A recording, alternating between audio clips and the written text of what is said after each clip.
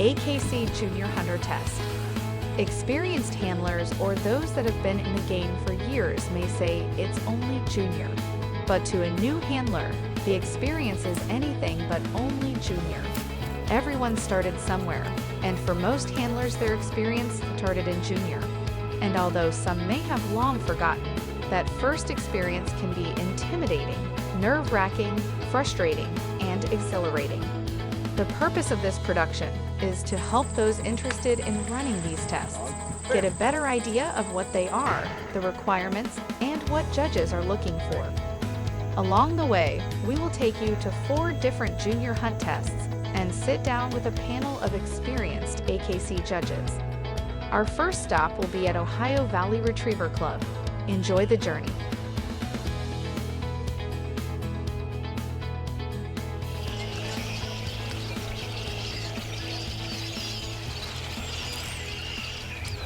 Morning, everybody. Welcome to Ohio Valley Retriever Club's Junior Hunter Test. One of your judges, Joe Vasileni, co-judge Kevin Buckley. We have a little goose hunt set up here today. Birds we shoot may look more like ducks, but it's a goose hunt. Pretty much the scenario is going to be come up from the last holding blind. The running line is going to be anywhere between these 2 pintail silhouette decoys. Just pick a good spot. We're not particular, just anywhere in this general area. You may see a few alleys through the decoys to the lines to the birds, so you know, pick a good spot. Bird 1 is coming out left to right, falling about four strips into the field. Bird 2 is coming out right to left, falling. There's an orange ribbon. You might be able to see it. It's somewhere about at that orange ribbon. That's about 70 yards. This one's probably 40. Pick up the birds, bring them back, deliver to hand. Remember, deliver to hand means from the dog's mouth into your hand. The dog does not have to be sitting. The dog does not have to be stationary. Just get the bird. You paid the money for the test, get the bird. It's not training. If the dog drops the bird and you have to keep telling it fetch, fetch, fetch, fetch, fetch, fetch, fetch, it's better if you got the bird when a dog was moving and then having to tell it fetch 100 times. We have to judge that as trainability. Every time you give a command, the dog has to respond. So if you tell him fetch 15 times and he doesn't respond, we have to judge it accordingly. Remember, coming out of the last holding blind, dogs on lead, has to be a flat buckle collar, lead clipped to the collar, no English leads, nothing that acts like a choke chain or a choke collar. When you're sending the dog, you can restrain the dog gently by holding it by the flat buckle collar, or you can put a rope through the flat buckle collar and hold the rope. Those are the 2 ways described in the rule book that you're allowed to send the dog. If you want to send the dog without holding it, you're allowed to do that too in junior, but use what the rules allow you to. These are singles, so you're going to see one bird here, pick it up, bring it back. Second bird, see it, pick it up, bring it back. Is anybody new to this? You are. You're new, yeah. Wait till you see my dog. Yeah, he's new to this. So, I mean, the way we're going to judge it, we're just going by the rule book. So we're not going to make up any rules that aren't in the book, and we're not going to throw them out if they're in the book. So that's all we're going by. So, so we're looking for, you know, the style, perseverance, marking, and trainability. The 4 things we're looking for. That's the 4 things that we're required to judge as a judge. So, style, you know, does your dog want to be here? I doubt anybody's going to fail on style. I don't think I've done it in 20 years and probably not going to start today failing somebody on style. Perseverance, I think we're going to see all we need to see with these cover strips. Will the dog, you know, persevere through these, and the water, our water entry, they got to go through a little cover there. So we're going to see all we need to see on perseverance there. Marking, all we're looking for, the dog go out to the area of the fall, establish the hunt, pick up the bird, bring it back. Doesn't have to pin it between his feet. just has to go establish the hunt and find the bird. Trainabilities, the more complicated thing, part of the thing that in junior, you know, there's 4 aspects to trainability, but in junior, you're really just looking at control and delivery. You're not looking at response or steadiness unless you get into a handling situation or you choose to run your dog off of, not hold on to the collar, then you're looking at steadiness. So we're just looking at, you know, control coming out of that holding blind, what kind of control you have. We're not looking for, we know they're young dogs. We're not looking for you to march in lockstep up here, but we like you not look like you're on the Busch Gardens ski team either, water ski team coming up. I'd like to see all 4 legs on the ground from the dog, if possible. So, and then delivery is the big part in junior, and I think it's gotten a lot better in the last couple years that I've been judging. But you know, we're not expecting that dog to deliver perfectly, but we also have time limits. We want to finish before the sun goes down tonight, so we're not gonna, the time isn't infinite that we're gonna wait for the dog to pick up the bird, but we'll be patient on that. And on the other side of the spectrum, you know, if the dog is sticky or freezing on the bird, we'll be a little patient with that too, but you know, time limits on that as well. The only thing we're not gonna really have patience for is hard mouth. So if your dog starts eating the bird, we want you, you know, pick up your dog right away, or we're gonna have your dog pick up we're gonna pick your dog up right away. If your dog is not doing that well out there and it's kind of marching around and not finding the bird, if we haven't said pick up your dog, we're still judging it. Okay, so you're always free to pick up your dog. It's your dog and you're the one training it, but until we say something, we're still writing in the book. So don't feel like you have to pick up your dog because it's getting, you know, time is ticking away. Anything else? I don't know. If you decide to handle, you're allowed to handle in junior. If you decide to handle, you have to handle to the bird. You can't say over and then let the dog hunt. That's not handling. So if you're gonna handle, you handle to the bird. And we're gonna have fun, right? So, what's the saying? I heard somebody say, you know, wouldn't it be nice to know if you're in the good old days before you had to actually leave them? Well, these are the good old days for you and your dog. So, enjoy it. You don't get that many of them, right? So let's enjoy it. Do we have a Questions? test dog? Yep. Okay. Gunner's ready.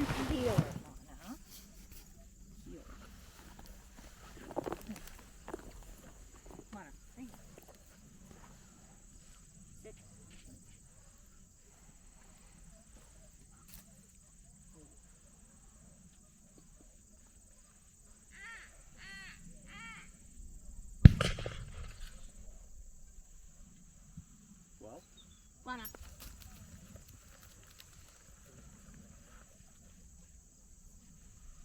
Good girl, come on. Here. Yep. Good. Hold.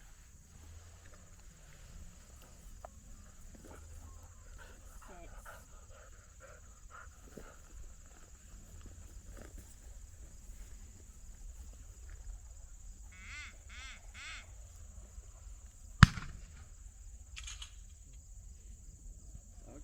Lana.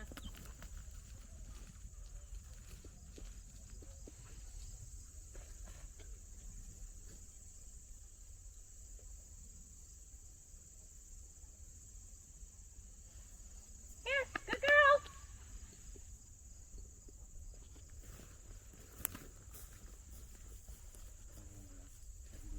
Here, come on. No, here.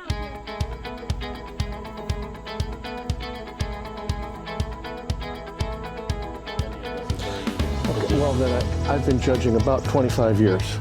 I'm sorry, I'll be serious from this point forward. That's okay. 25 years. I know Bob's been doing it a long time. I'm not sure. It might be around that time, or 26 or 7. A long time, just a long time. But I'm still doing it now. My That's what first test I counts. ever judged was with you up in Grove City, so Is that that right? was a long time ago. Yeah. So, I've been judging for 26 years. so there's over 100 years.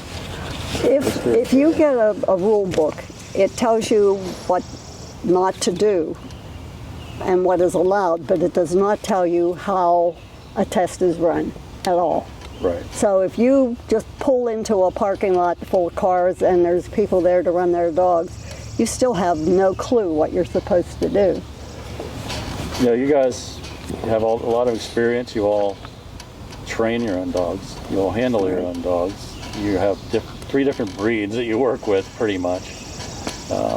I'm sure you've worked with different breeds over the years, maybe, but Bob's a golden guy. I've only had labs. Only had labs. And And you I've both? only had Chesapeakes. Okay, so you've all stayed that way. I had one curly coat. Oh, there you go. And you both run AKC and HRC stuff. Right. So you've seen it. I mean, you've kind of seen it all. So, so that's why I thought it'd be good to get you guys together. And I know I've judged or run under you, judged with you or run under you or trained with you, and I know that you probably have some different opinions on stuff, and that's good. I mean, that'll show people that, hey, not everybody agrees on everything. Even the judges don't agree on everything, because the rule book is so vague on a lot of things. Well, it has to give you some wiggle room. Yeah. Yeah. So, what got you guys into judging, and why do you still do it? That's 25 a years good later. question. I got my first dog to bark because I had lived where I couldn't see another house, and then I ran into somebody at the vet's office and said, "You know what those dogs could do?" And I went to a training day, and it ruined my life. I'm still here, and I don't know why I got into the judging. I think somebody asked me to come, and probably because I asked a million questions, Yeah. and I wanted to know all the answers. So I went to a seminar and started to judge. I wanted to be a better handler, and I thought I better really understand what the hunt test is all about. So I went to a seminar and I got qualified and passed my test and met people, and then I started getting invitations to judge. So I did, and I had a mentor that kind of walked me through this many years ago, and she got me to go around and judge with her. So that's Who was that? Sally Kepke. Okay. She got me started in this thing about 30 years ago. And I learned a lot from her, and she opened a lot of doors for me, and I thank her for that. I'm still judging today because I guess I feel I'm making a contribution to the sport, and I enjoy it, especially juniors. I love judging juniors. They're fun. I truly can't remember why I got started. It's been so many years ago. It was either because I thought I could do a better job than somebody else that I saw out there, or I just wanted to do something, but probably because I felt I'm in this game, I might as well give back to the game. And so that's the reason I got into it. And one of the reasons I'm still judging is because we're running out of judges. The same people are judging over and over and over again. And if I pull out and he pulls out and she pulls out, now we've lost 3 judges that are hard to replace. We need more younger judges coming into the game. So I've got another couple years that I'm still going to be in the game, and that's the reason I'm still here.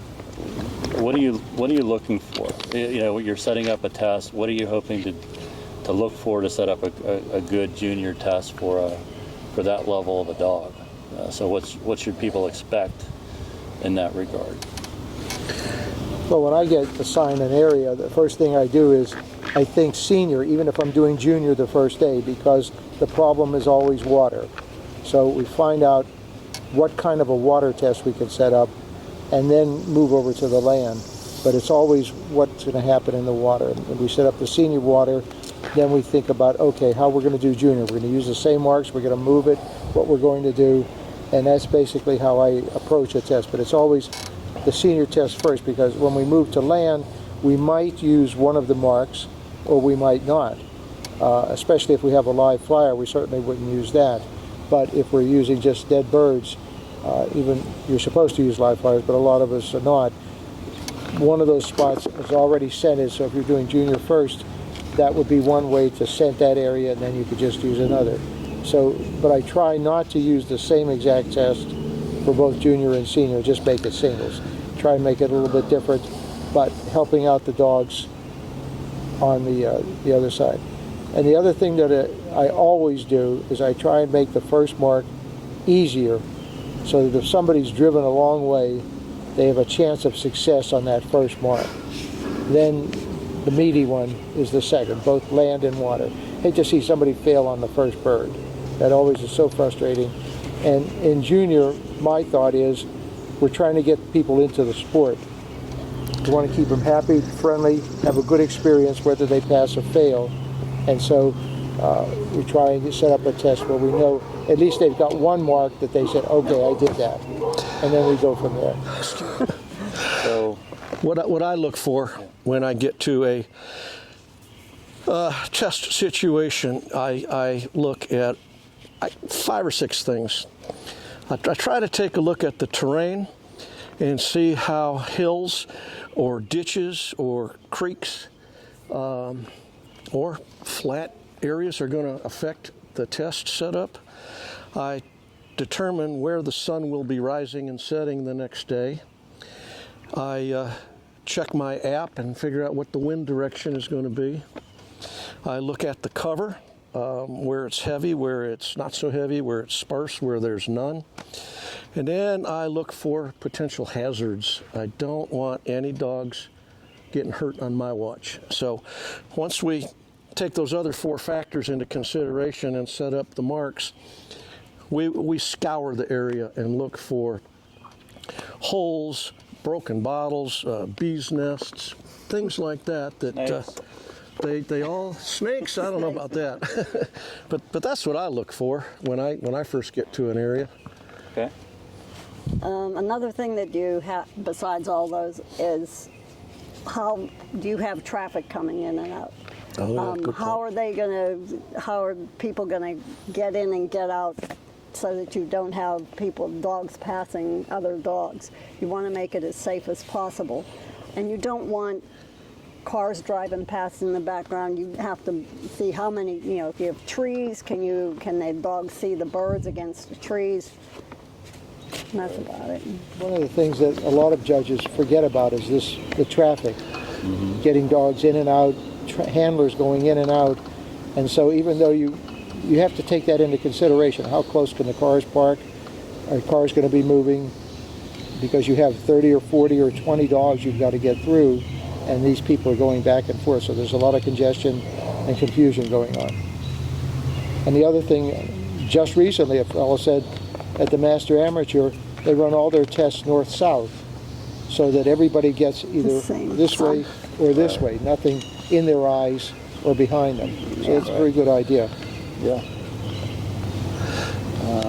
The next one is kind of a pet peeve of mine. I don't know how to say it. It might be a pet peeve, but the AKC Hunt Test, the whole idea is to simulate a realistic hunting scenario.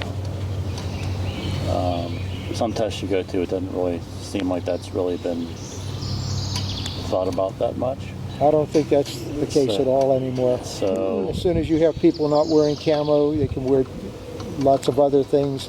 Most of the people have never been hunting, so they have no idea what hunting is. Even judges, a lot of the judges have never been hunting. So I think it says that in the book, but it's not that. It's more of a training skills. How have you trained your dog? Can you do that? In my opinion, that's what it is. And a lot of the tests all the way up through Master, it's no longer what a hunting scenario is. It's training. Can your dog do this? Can they go close? Can they go far? All do you think that's right? No, absolutely not. You guys, we won't get into HRC that much, but HRC seems to have gone the other direction. HRC went to full camo all the way head to toe like 2 years ago. And the AKC, what I'm seeing at the AKC is basically you can wear anything you want. Nobody's going to say anything to you. And the test, aren't necessarily realistic hunting scenarios. It might be a totally exposed gun station 40 yards in front of you. With just, the dogs are just hunting that, marking that gun station. So, I don't know, what are some of the things, how do you guys feel about it, and what are some of the things you do to make it more realistic, I guess? I put out goose shells on my landmarks. I throw decoys in the water on my watermarks. Sometimes I'll try to construct like a fake duck blind and have people sitting in the duck blind looking through a little space and having birds land in front of them. But that's not very popular with the handlers for some reason. The people aren't training. They're training for just a mark. They're not training hunting scenario. Well, that's the problem with the AKC saying it's a hunt test, because it's not. You're testing dogs on concepts. That's right. That's true. I I like to use a lot of decoys. I think that dogs really need to see decoys in the water. A lot of these dogs will never hunt, but that doesn't, they're supposed to be able to. And originally, I think that's what it was supposed to do, is make sure your dog was a hunting dog. Right. The concepts are all good, and they can definitely be used in a hunting scenario, especially at the higher levels, where you have to handle your dog to a bird that he or she didn't see fall. But at junior, you just got to run out 40, 50 yards, pick up a bird, and come back. It's not a lot of concepts there to worry about. Right. Well, you said 40 or 50 yards, and one of my questions, the rule book allows up to 100 yards in junior and senior. I don't think I've seen anything close to that in a long time. How do you guys? Is there any situation where you would stretch a dog out that far in Yes. junior? I would. This wasn't an AKC test, but last month there was a test that was the grounds that we had with a cut hayfield. There was absolutely no factors. So if you don't have terrain, you don't have cover to see if the dog has any perseverance, we made all the lines to the marks really long. And when I first started, I know that I was in some tests that had much longer lines. It's a time constraint too, though. I think tests were different when we started. They were. They were more hunting based, and they were, I think, more difficult. Yeah. I set up my marks at a junior test between 40 and 80, 85 yards. I will never go 100 yards. I don't care if we're at a golf course and we're running on a fairway. I mean, I won't go 100 yards with a junior dog. There's no need. You can tell what you need to tell at 85. So what makes a good junior mark, though? I mean, what do you other than distance? What do you, when you're setting up a mark, what are you looking to do with a junior mark? Well, what are you judging at a junior test? You're judging their ability to mark and see a fall. You have to judge their perseverance. You have to judge their trainability, and you have to judge their style.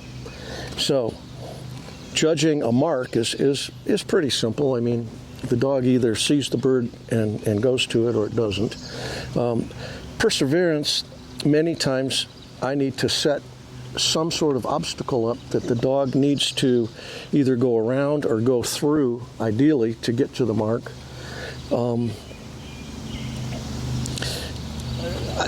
It just depends on what kind of property you're given too. If I can incorporate some natural cover, I always want to do that. Have a dog go through a couple of changes of cover, where you might have a strip that's 3 feet high of weeds, and then behind that it's mown down, and then another strip, and then another mown strip, cut down to regular grass level. I always let my birds fall in short cover at a junior test. I don't try to bury them in heavy cover. I say, look, if you can go through 3 or 4 cover changes and you get to the mark.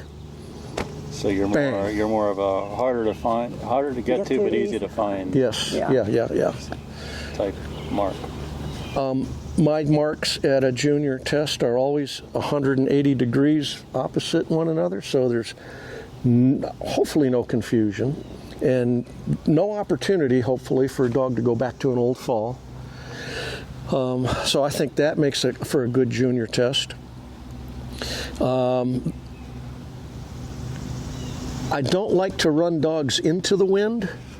So depending on the location of the sun and the direction of the wind, if we can have the sun at a side so it's not in the handler or the dog's eyes, I like that. Or well, you can't do it behind you if you're running 180 degrees. And then I guess I'd be running dogs into a crosswind more than directly into a wind coming in at you or having the wind at your back. So that's what I try to think about when I'm setting up a test. I definitely like to have 2 totally separate areas where they can't switch. Well, they shouldn't switch anyway because they're singles. They can and they do. But so that they're not tempted to go back to an old fall. I also use my decoys to help that. If there's nothing out there to separate the 2 fall areas, I like to put my decoys in a way so that it kind of funnels them toward the proper direction to go. You want them to succeed. Yep. You don't want to make it so simple that they go out 30 yards and pick up a bird, but you don't want long hunts. I'm with you. I like my birds to land in really short cover. If they might have to go through some that's a little taller, but if they get out there, I want them to find the bird. Yeah. Welcome back to Junior, everyone. Good work on land. A few comments after land. Make sure you get the bird before you get the collar. We had a couple close calls, but make sure you get the bird before you grab the dog's collar or touch the dog in any way. Also, be careful when you're holding the dog by the collar. The rule book says you can lightly restrain the dog. That's not pulling the dog's head around to make him see the birds or yanking his collar to tell him to sit. You're allowed to lightly restrain the dog by the collar. Just keep that in mind. Okay, water. We have a duck hunt today. You're going to be hunting from this bank right here. You can see we had some friends hunting here yesterday. You could see their dogs have knocked down some of the reeds, so it's a little bit easier in and out. Bird 1 is going to come from the left. It's going to fall into the water. We're hoping somewhere near those the grass. Pick that up, bring it back, deliver to hand. Bird 2 is going to come out from there. It's going to go somewhere behind those decoys. Pick that up, deliver to hand, and then you go get your nylon. As far as this bank goes, the dog's out of the water and you can get the bird out of his mouth, I'm fine with that. I don't want to see anybody fall down this bank. I would let my dog come up to me. No way. But if the dog's out of the water and he's standing down there and you want to take a step down and get the bird, I'm fine with that. Just, I don't want to see anybody fall down this bank. We're using what we're given here, entry that we could find in this pond. So we're going to be as lenient on this delivery as we can for Junior. We just don't want to see anybody get hurt. I have a boat.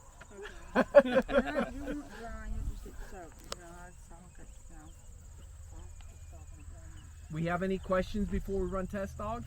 I mean, you will see there is cover in a lot of parts of the water. We're trying to put the bird in a specific spot. It may not always go in that very specific spot. Again, we're the only ones that are going to stop the test. If we don't say anything, keep going, and we'll judge it accordingly. We'll figure that out. Most of the time, we're going to send the dog. If we think the dog had too much trouble because the bird fell way deep in the cover, we might rethrow the bird for you. So let us make the decision. Any questions? Guns up! Test dog to the line. Once you signal to me that you're ready for your bird, you cannot say another word to your dog.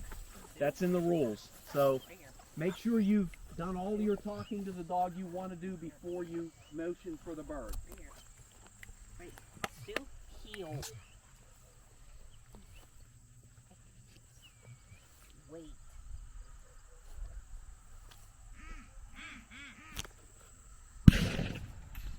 Wait. Dog. Two.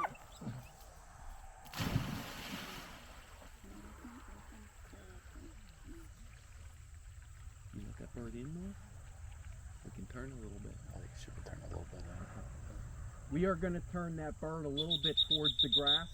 Here. So there's a chance your bird's going to be behind those pieces of grass.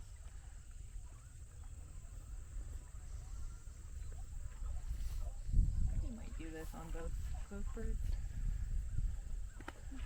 If you get the bird, we're fine. And just so you know, we don't, if the dog comes up over there and runs the bank back to you, that's fine. Here. It's just, you know, you're going to have a little bit of a lower score in perseverance, but it's not Here. anything that to be worried about. Receive the bird between the two decoys anywhere back. We'll call this a box. You can't go down there to meet your dog, and you can't go down there to meet your dog. In between these two decoys.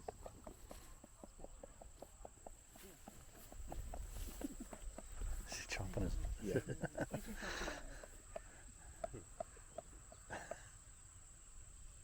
Yummy duck. You took my meal away.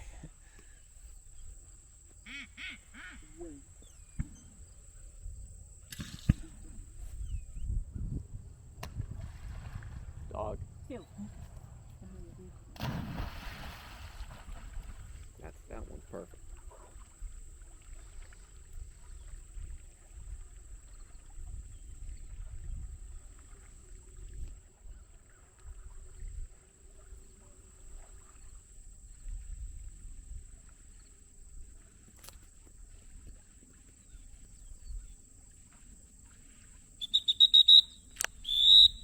Here.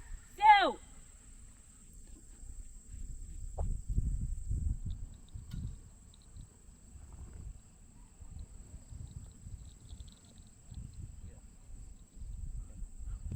Sue, here.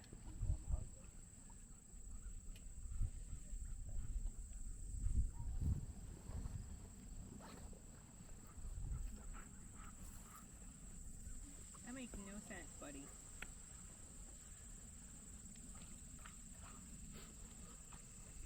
He wants a little salad with his meal. He wanted to make it as hard as possible, I guess. He knows you took the bird away from him last time. He's not falling for it twice.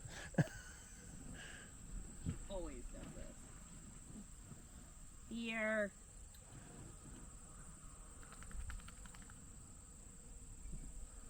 Come on, here. Good boy.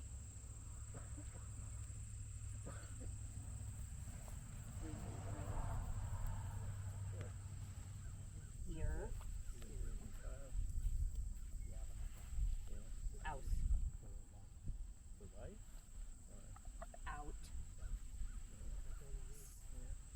Sit. What about if it's a watermark? Do you have a problem with it being on the shore No. or in cover on the shore? Or a lot of what Not you hear much. from junior handlers that maybe it's their first test or first weekend is, I didn't see that bird splash. Doesn't have to splash. So they think that that's not, It's a no bird. that's, that's a no bird, and that's not fair. That What- goes back to training, though. A lot of the people, the first thing they should do is they should be training with people that are better than they are. And if they do that, that means that's either a senior person or a master person. And those people will have marks on land. And especially if it's a short swim, you have to make it a little bit difficult, and you don't need a splash. Now, that's not saying, again, my first mark will have a splash. The dog's going to get that one because it's in the water. The second one is going to, going along with the way I do it, is going to be a little bit more difficult. It's going to be either along the shore or up on the shore. And a junior dog should be able to do that. The biggest problem I see is people have never visited a hunt test before they come. Now, this is the real newbies. They should, I tell everybody that I see, volunteer to be the bird taker at a hunt test. At your level, especially at higher levels. That way you can see what's going on, what you're aiming for, and the problems that are out there. Don't go to a test never having seen one, say, I don't know what to do. That's the worst thing you could do. You should get the experience, volunteer a little bit, and get the experience of doing that. And you can learn a heck of a lot listening to the judges, seeing what they're doing, and then if you have a little bit of experience, you can see how good or how bad the handlers are and what they're doing right and what they're doing wrong. But you should never just go cold to a test. And the people that come from the HRC, they should read, if they know anything, they should read the rule book and know that it's not the same game, and they shouldn't make the same mistakes that I see over and over and over again because they say, I didn't know. Right. That shouldn't happen. And that's at every level, all the way through. When I set up a water test, I want to avoid a couple of things. I always have a 90-degree entry into the water. I don't do angle entries into the water at junior test. I also set the test up to try to, as much as possible, eliminate bank running. Yeah.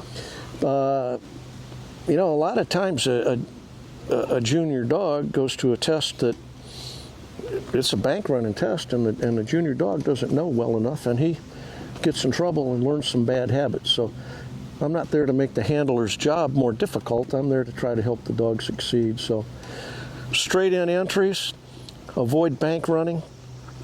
In terms of a bird landing up on land, I'm all for it. It helps keep the ducks drier and makes them last longer. I like a dog to have to enter and exit through cover if possible. And I try to incorporate decoys. Maybe not even necessarily that the dog needs to swim through the decoys, but maybe off to the left or the right 20 yards, 10 yards, just as a distraction to see, is that dog focused on getting the mark, or is it out for a Sunday swim, you know? What Pat says is one of the reasons why the pros don't like to run junior. They train right up to master because they see such poorly designed tests which teach bad habits. Yeah. And they just don't want that to happen.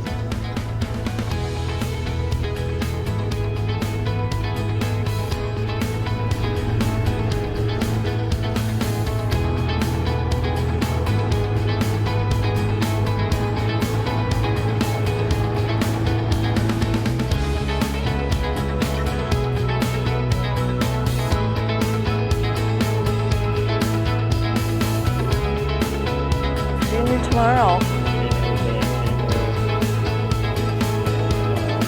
on this same site, but our wind direction is going to change, or it's supposed to change. The wind changed about 3 times today during the test, which also probably caused some issues. But junior's always probably my favorite thing to judge because you have so many people that are so excited about it. They're brand new to it. The dogs are young and crazy. Yeah, and the handlers for the most part are inexperienced. Right, so and they really they get that first ribbon, and it's really a charge for them. But after judging senior, it's a little bit of a break for us. I mean, there's not a ton to judge in junior. We'll set up the test with all the same considerations, but in junior it comes down to really obedience, marking, and delivering to hand. Yes, exactly. So a dog that doesn't get through junior is usually a handler error. Maybe they release the dog before they're told to, or the dog just isn't ready to mark. It hasn't had any marking training, or It just has poor delivery is the number one. Yeah, that's what I've seen as well. Is poor delivery is usually the number one issue. The second is people who only trained on low cut fields, and actually, junior dogs you could really stretch them out. They can do the marks, but people don't train on that. They train on mowed grass or golf courses or whatever. But I like to stretch out junior dogs, and they can, like we saw last fall, they can go pick up a mark where they go in the water, get out of the water, pick it up on land, and come back. They can do that. So people in their training, even at junior, need to, it's the same point we said earlier, you need to train at a level higher than where you're competing. So even at junior, you need to challenge your dog. To me, there shouldn't be a lot of difference between a junior mark and a senior mark and a master mark. It's just how many.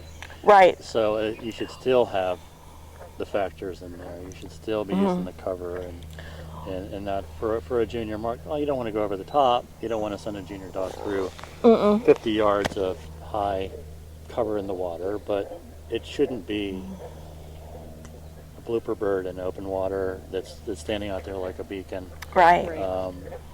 You're not, as a judge, you're not getting any information from that at all. No, but other concepts like what we did today for the senior dogs, we essentially had converging marks. I would never do that for juniors. Not for junior. No. Right. So that was one difference in marking that I would do differently for senior dogs versus junior. I would never have converging marks for junior dogs. Most of them don't know that concept. Right. Yeah, I'm talking like a single mark. Should be this. I mean, it shouldn't be much different in terms of junior, senior, and master. It should be. The marks we ran today could easily been a junior mark or a master mark. It's just how are they incorporated in the test, and exactly. how do they relate to everything else? Exactly. So. Well, and running a test on grounds that you've never trained on before, I mean, to a young dog, that can completely change their mindset, even if they've picked up a ton of marks. If you're training in the same, like you were saying earlier, in low cut grass, but even if it's in the same field in your backyard day after day after day after day, and then you take them to something like this where there's ponds, there's trees, there's different smells, from but even if you do have to go to the same place or a same field, whether it's a schoolyard or whatever, change it up. Change the direction, change the look that the dog sees. Don't start from the same place right outside your car from the parking lot. Set up different things to give different looks. People just getting into it in junior for the first, they need to find a way to try to replicate some of this somehow, whether it's a training group or a club training day, whatever. They need to. The dogs have trouble if this is the first time they've ever seen any of this. Correct. There's vehicles and gunshots and ATVs and people and maybe they're staying in a hotel for the first time. And that's it too. That's it too. Winds them up and scrambles their brains a little bit. So. Yeah. You have two marks here. The first one is about 75 yards coming out of the trees, landing in between 3 other trees, right to left, and then you have another mark down here to the left, much shorter mark, about 47 yards, going again right to left, but the dogs have to deal with a little bit more cover changes on that mark.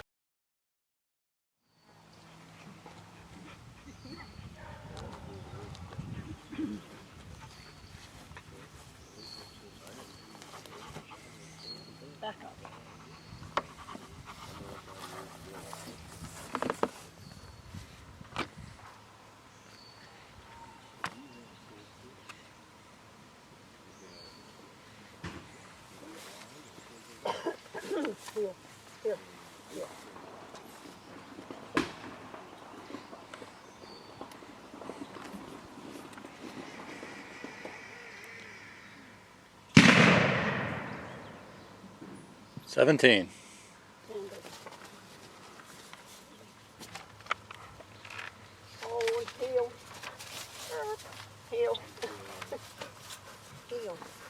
up.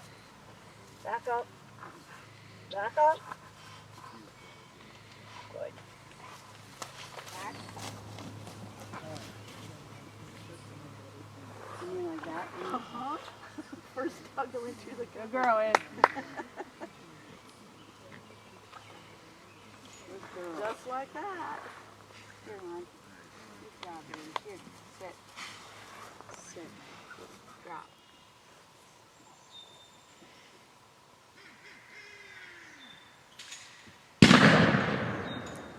One. Go. Happened from yesterday.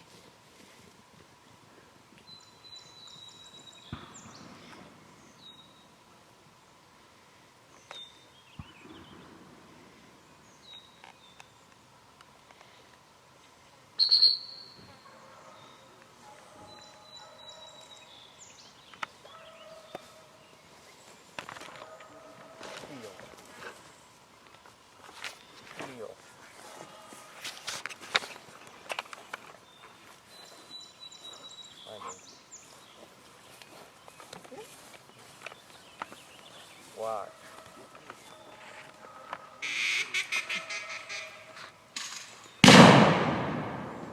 One. Go.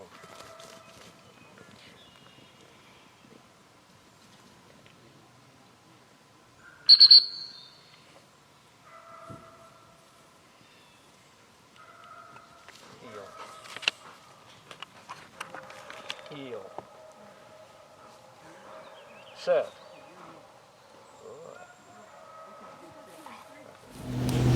What about the angles of the throws? I hear people say all the time, "Oh, this is junior. Don't, just going to throw a flat throw. I would never throw it inward or a different direction." Do you guys have any opinions on that?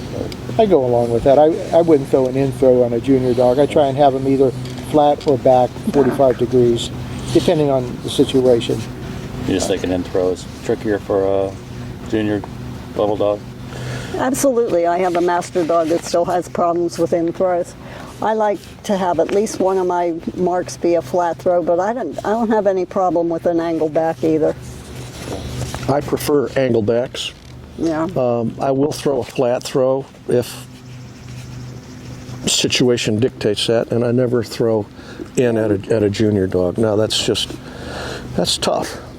That's hard. But people should train for that. One of the things. Well, yeah, they should train for it. But one of the things that the angle back does, it teaches the dogs to go past the station and not be afraid of that person and that holding blind right there. And that is what the people who are training their dogs, they should be doing that all the way. They should never have come up and have that as a problem. Some dogs aren't afraid of the people they go in to visit. And that's the other. Train that too. Yeah, it's the same thing. in terms of that too, I try to have my blinds, if possible, hidden behind cover. If it's impossible, I'll set the blind up in an open field, but I have the gunners retire. I don't want to have the gunners standing up, directing the dog to the area of the fall. Yeah, I always, some people are of the opinion that having a gun station out there helps the dog. I think it can help the dog, that they can see it, but it can also hurt the dog. Yeah. I mean, if they can't go visit what they can't see. So, if it's hidden, they're not going to be tempted to go and check out that bird boy and junior and get into a bird. So I like to hide them as much as possible. Sometimes you're just given property or whatever. It's just not possible, but I like to hide them like you guys do. Yeah, you got to work with what they give you.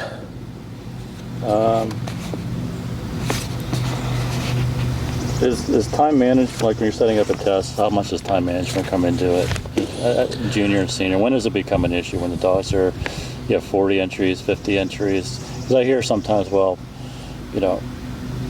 this test has 55 dogs, so it's going to be easier. Or it's it's going to be harder because they only have 20 entries. Does that really factor into it? No, a mark is a mark is a mark, and if it's 40 yards, and and there's 13 dogs entered, or if there's 55 dogs entered, it's the mark that I'm going to do. Where I save time in time management is bringing the dogs to the line. We need to have a marshal that's very well organized and keeping people lined up. There's nothing worse than waiting and waiting and waiting for your next dog to come to line. So the mechanics you talked about earlier, and you, Bob, about logistics of entering a test and exiting a test, you save a whole lot of time if you give that a little thought beforehand. I have a comment. Junior handlers and leashes. We timed this one day. It takes longer for the handlers to take the leash off their dog, fold it up, and stuff it in their pocket than it does for the dog to run out, pick up a bird, and come back.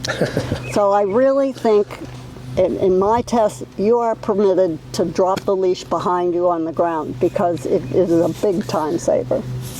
I'll even offer to hold their leash for them and try to move things along, Well, you will have judges say, put it in your pocket. Yeah. You will. So. But I have put it on the ground. I don't want to waste time with all. Some people, it's pretty hard for them to fit the leash in their pants. Yeah. So I don't want that to happen. To answer your question to start with, even if you had 40 dogs and your test takes 5 minutes, that's 200 minutes. Okay, it's 3 hours, that gets you to lunchtime. You have a little bit of a drop-off for the second series, you're done by the end of the day. So that should never be a consideration. The biggest consideration is talking to the marshals and have the marshals coordinate with the master test, because the master test is always primary in a hunt test. Like it or not, that's the way it's written. So they have to talk to them, say, I need so-and-so down here to finish off the land. And the master marshals are very willing to do that to get it done. So the marshals have to work together, and that's really an essential part of running a test. And rebirding also, that can save a lot of time. If you're the judge and you got some helpers at the line, you can tell them to start bagging these birds up, 15 birds to a bag, and well before you run out of birds out in the field, so that when the bird boys say, I'm down to 2 birds, I mean, you're ready to go. The logistics, I think, will help you save a lot of time.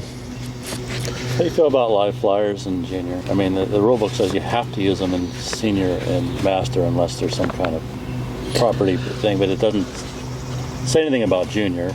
I've run dogs where there's been live flyers in junior.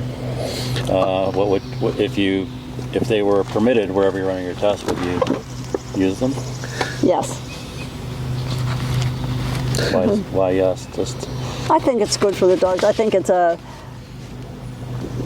there's not a dog that doesn't like a live flyer, and it builds their enthusiasm, and they're supposed to be hunting dogs. So I think every dog should have flyers. I'm on the opposite end of the spectrum. Okay. I would confer with my co-judge, of course, and we would come to an agreement, and I may use a live flyer, but if it was up to me, I would not use a live flyer at a junior level, because the handlers probably have not trained on live flyers yet. Maybe I shouldn't make that assumption, but I already did. And then sometimes the gunners aren't great, and you get a angry duck out there that's wounded, and he's hissing at a puppy. Face it, these junior dogs are young dogs. They've never seen an aggressive bird flapping his wings, and I've seen it at training. Some of the young dogs just get freaked out and they don't make a retrieve. And I'm not there to test their perseverance relative to a wounded bird. I'm there to test primarily to see if they can mark the area of the fall, run to the area of the fall, pick the bird up, and come right back and deliver to hand.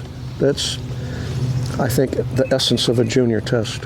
If we can assume that it's not really a hunting scenario, several of the clubs have live flyer events where everybody can come and everybody can train on that, but not every club does that, so they have to take what's available to them, and 99% of the time it's dead birds. I prefer to have a test that's consistent for every dog at the junior level, so everybody has a chance to do what I want them to do. With a live flyer, it might not be what I really wanted. So at the junior level, I would prefer not a live flyer. I definitely would want it at the senior and master level. Yeah, that's true. The area of the fall on a live bird is all over the place. Because some judges, like you, would like to use it. If you're new, you should train for it. You should. You should. It'd be one of those things you should expect to see. I mean, maybe you won't see it, but you should expect to see it. One of the big problems you have is the people who live close to the cities, they can't even go out and train. The police come, the neighbors argue, you know, all of this stuff goes on. You have to get permits. And that's just crazy. And if they have to drive an hour or 2 hours just to go train somewhere, and then to put live birds on top of that, that's asking an awful lot to somebody who's just getting into the sport. Yeah. So, anything else on like setting up a test that we talked about that I didn't think about? Junior. I use my decoys sometimes to cover up holes. So even though I like my decoys to be close, every once in a while there'll be a decoy out there, but I try not, if I have to have one to cover up a hole, I like to have a family out there. But I don't really like my decoys to be real far out, but sometimes you have to. But you all use decoys. Yeah. We did today. Yep. I mean, I have been at tests where there have been the master tests where zero they don't put decoys out. And Yeah. it's another kind of pet peeve of mine. Maybe I go over on the other end of the spectrum sometimes. But maybe. But you know, it's and I never put them out there like a trick. I don't put a big white decoy out there to drag a dog off of a blind in senior or whatever. But you know, I don't see anything wrong with having a couple dozen goose decoys on a land test. In junior, I never put them in the way of the dog. So there may just be families of them, and there's a bowling alley basically going up the middle of that dog. And in senior, they could be in the way. But I always use them, and I bring them with me when I judge because I'm never sure if the club is going to give me any. That's pretty much what judge has to bring. I judged a couple weeks ago, and the equipment shows up, and they said, "Here's your decoys," and there was 3 of them. Well, thank you very much, but I'll go into my truck and I'll get my other ones and put them up. Again, it's not as a trick. It's supposed to be a realistic hunting situation. So if I'm hunting geese, I'm going to have more than 3 decoys out there. So, and in the water, I'll put, you know, I don't put as many in the water, but I do put decoys in the water for sure. I also have decoys on land on the way to the line. Yeah. So that a young puppy can look at a goose shell and smell it and touch it, because some of them have probably never seen a goose shell before. So we can try to condition them a little bit and make it easier for them on their way to the line. And the same thing with duck decoys. I may even use duck decoys to show, okay, the line is between this decoy and this decoy. And do that with goose shells also. Yeah, I use the silhouettes mostly, and I'll put 2 of them in the holding blinds at junior on either side of the holding blinds all the way back. So they have opportunity to sniff it and check it out and see what it's all about. So it's not, but you know, the point is, it's another thing that if you're going to run hunt tests, don't make the first time they see a decoy at the test. Right. Because you see dogs fail for that. Sure. They'll go out, it drags them offline, they check it out, they forget where they are. And in the water, they may go and pick them up, the decoy and bring it back to you or drag it to the other side. So you're going to see them to various levels and various tests. And unfortunately, there's some where there's no decoys, which I think is not right. That's up to the judges. If they wanted them, they could tell them ahead of time or bring their own. Yeah, but I mean, the rule book states you should have them. And so it doesn't say to what extent anymore. It used to say in big bold letters, numerous decoys, but it just doesn't say that anymore. It just says decoys. But kind of another pet peeve of mine, I guess. I don't like to go to a test and not see any of that, because that makes you, to me, that's like, okay, you don't even care about it being a realistic hunting situation. You said, I'm just going to be lazy about it, and I don't care. I always make the deeks visible from the line, though. I ran a test a couple of years ago where we had to go up a hill and then drop down the backside of the hill, come up another hill. And when I helped to tear down the test, I went out and I got on the backside of the first hill, and it was loaded with goose decoys. And I said, I didn't know there were deeks out here. And the judge just laughed. He said, no, neither did the dogs. So, you know, you're sitting on the line watching, what is that dog doing? Well, he got over a hill and he saw all these decoys and he kind of freaked out a little bit. And that's unfair. For one, I think it's unfair, and it's unrealistic that if you're hunting, you're not going to have decoys 300 yards out there. Right. Or 100 yards out there. Right. Yeah, I like my Unless dogs. the guy who's shooting has his own decoys, and in AKC, the guy is out there shooting. Yeah, true. So you could make that argument that he's. But I agree that they should be visible. I think if they're not, you're... Especially in junior. Yeah, well, for junior, I don't want to freak a dog out, and I don't want to make it any more difficult for the handler than it already is. You know, a lot of them are nervous coming up there. The final thing on this is we want these people to succeed so they keep on and try to go to senior and become workers and club members and things like that. If you have a bad experience and judges can make it a bad experience, that's not going to happen. We had a nice high arcing bird for the first mark, and yeah, the dogs did a nice job, and the ones that went out actually took themselves out. Yeah. So You can come further up. You're not going to see much from back there. it was a good first series. Good land series. All right, come on down. Welcome back to water, everybody. We had a lot of good dogs this morning. We only lost a few that will be back another day, I'm sure. We have 2 watermarks for you, so you said this one's going to be first? Yes, we said that one's going to be first. So your first bird is going to be right to left, a high arcing bird. It'll land across the water just on the land there. Pick that one up. Your line is, there's 2 decoys here. You have a lot of area to work for, so you can run all the way over here for this mark if you want. Your second mark is going to come from in the woods out into the water down there, so you might want to move all the way over there to run that mark. You have this whole area here to receive the bird. You have to move all over, do whatever you have to do to get that bird. Yeah. If we run over here, do we leash them up to move them over here? No, you No. don't have to. No, I think you can just gently take them by the collar and move them over to the next position that you want to run Or in. you could run from here and receive your bird over here. That's true. You do that. Yep. So, I'm just saying you have this whole area to play with.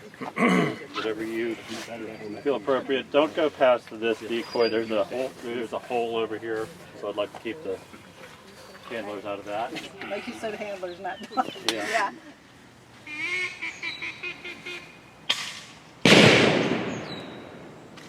One. Set. Jump.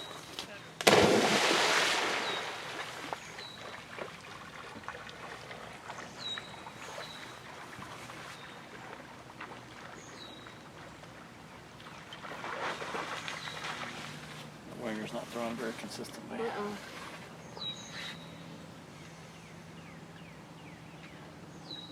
don't know if she's loading the bird, if she's loading it the same way each time. I have no idea. Ooh. It sounds like they're right on top of this. They must be using the pond right They are. there. Oh, are they? I mean, so far the dogs don't seem to be really bothered by it. Well, they got through their land series pretty quick. Yeah.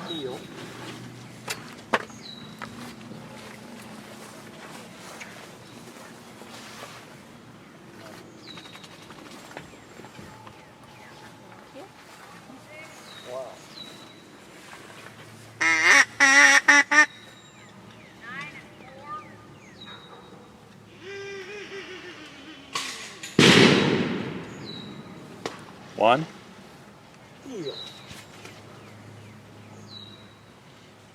Go.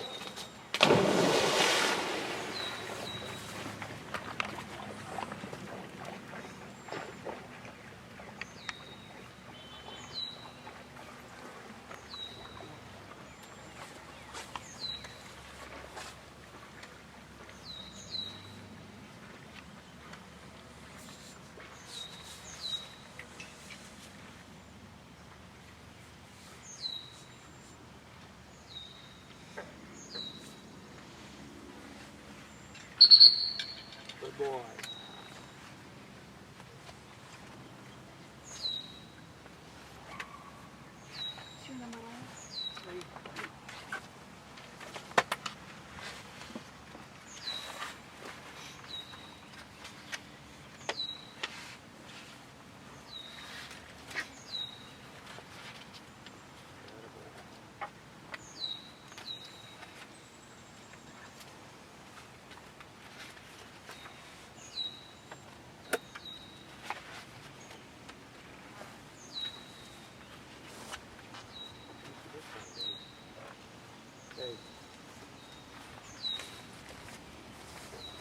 I have a gamekeeper's dog.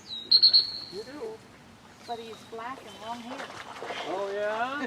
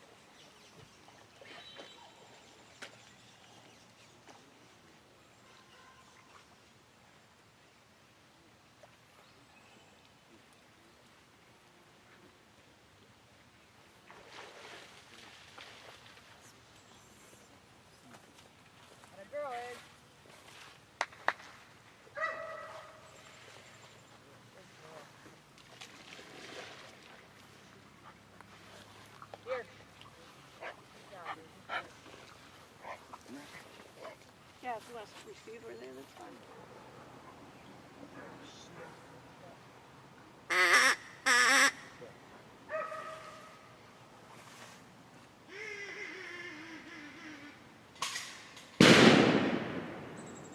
$14.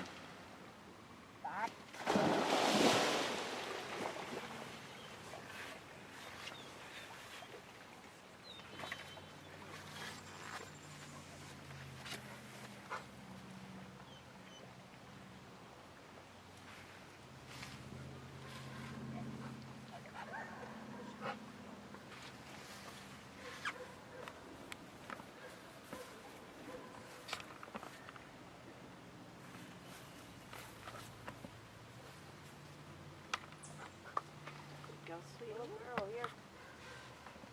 Took you up on that and I finished the other foot. And oh! Was she still limping? I couldn't find, I don't know if she stepped on a bee or a pokey out there or something. But I don't know, but it was, thankfully it was just a temporary thing. yeah, that's good. I thought she'd be distracted enough in the holding bind. I could get to the other There foot. you go. That's how you gotta do it. I can't do mine. They're just too crazy when I handle their feet. I can wipe them off, clean them, but as soon as I get those clippers out, forget it.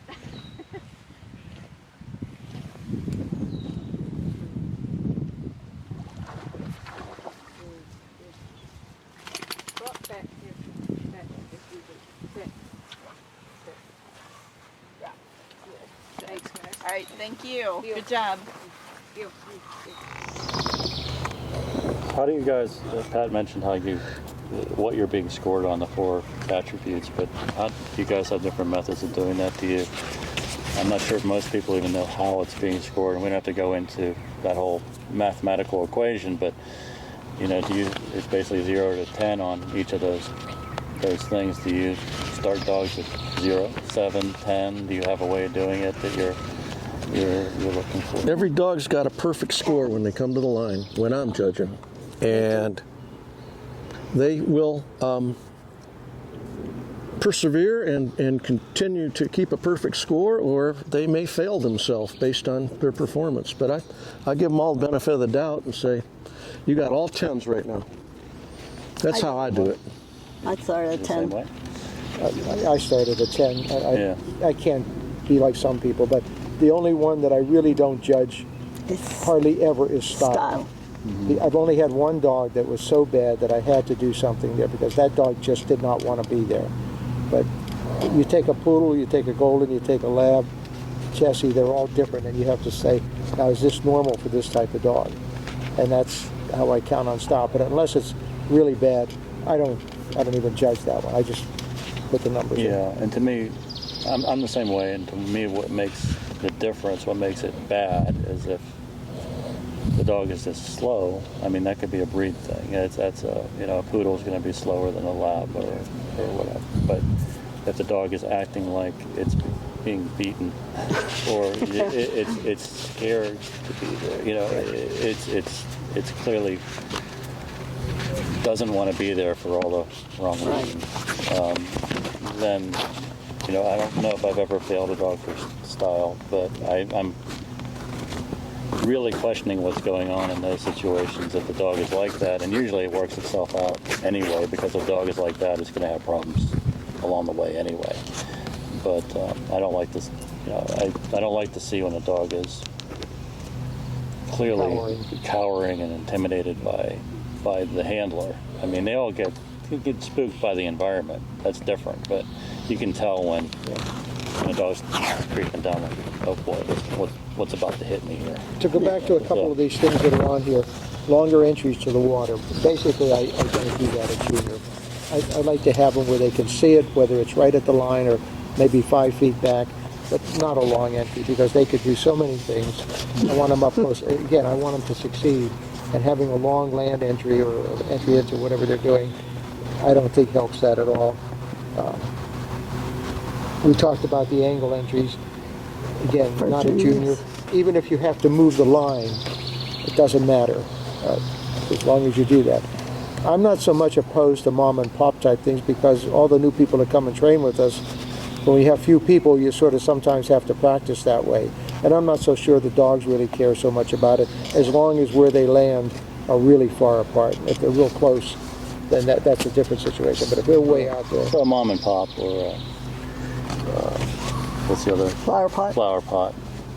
And a Junior? Yeah, I don't do I mean, it. you'd be okay with that because of where they're landing, because they're landing far apart. I think that's too tight for a Junior dog, personally. I don't like to do it with Juniors.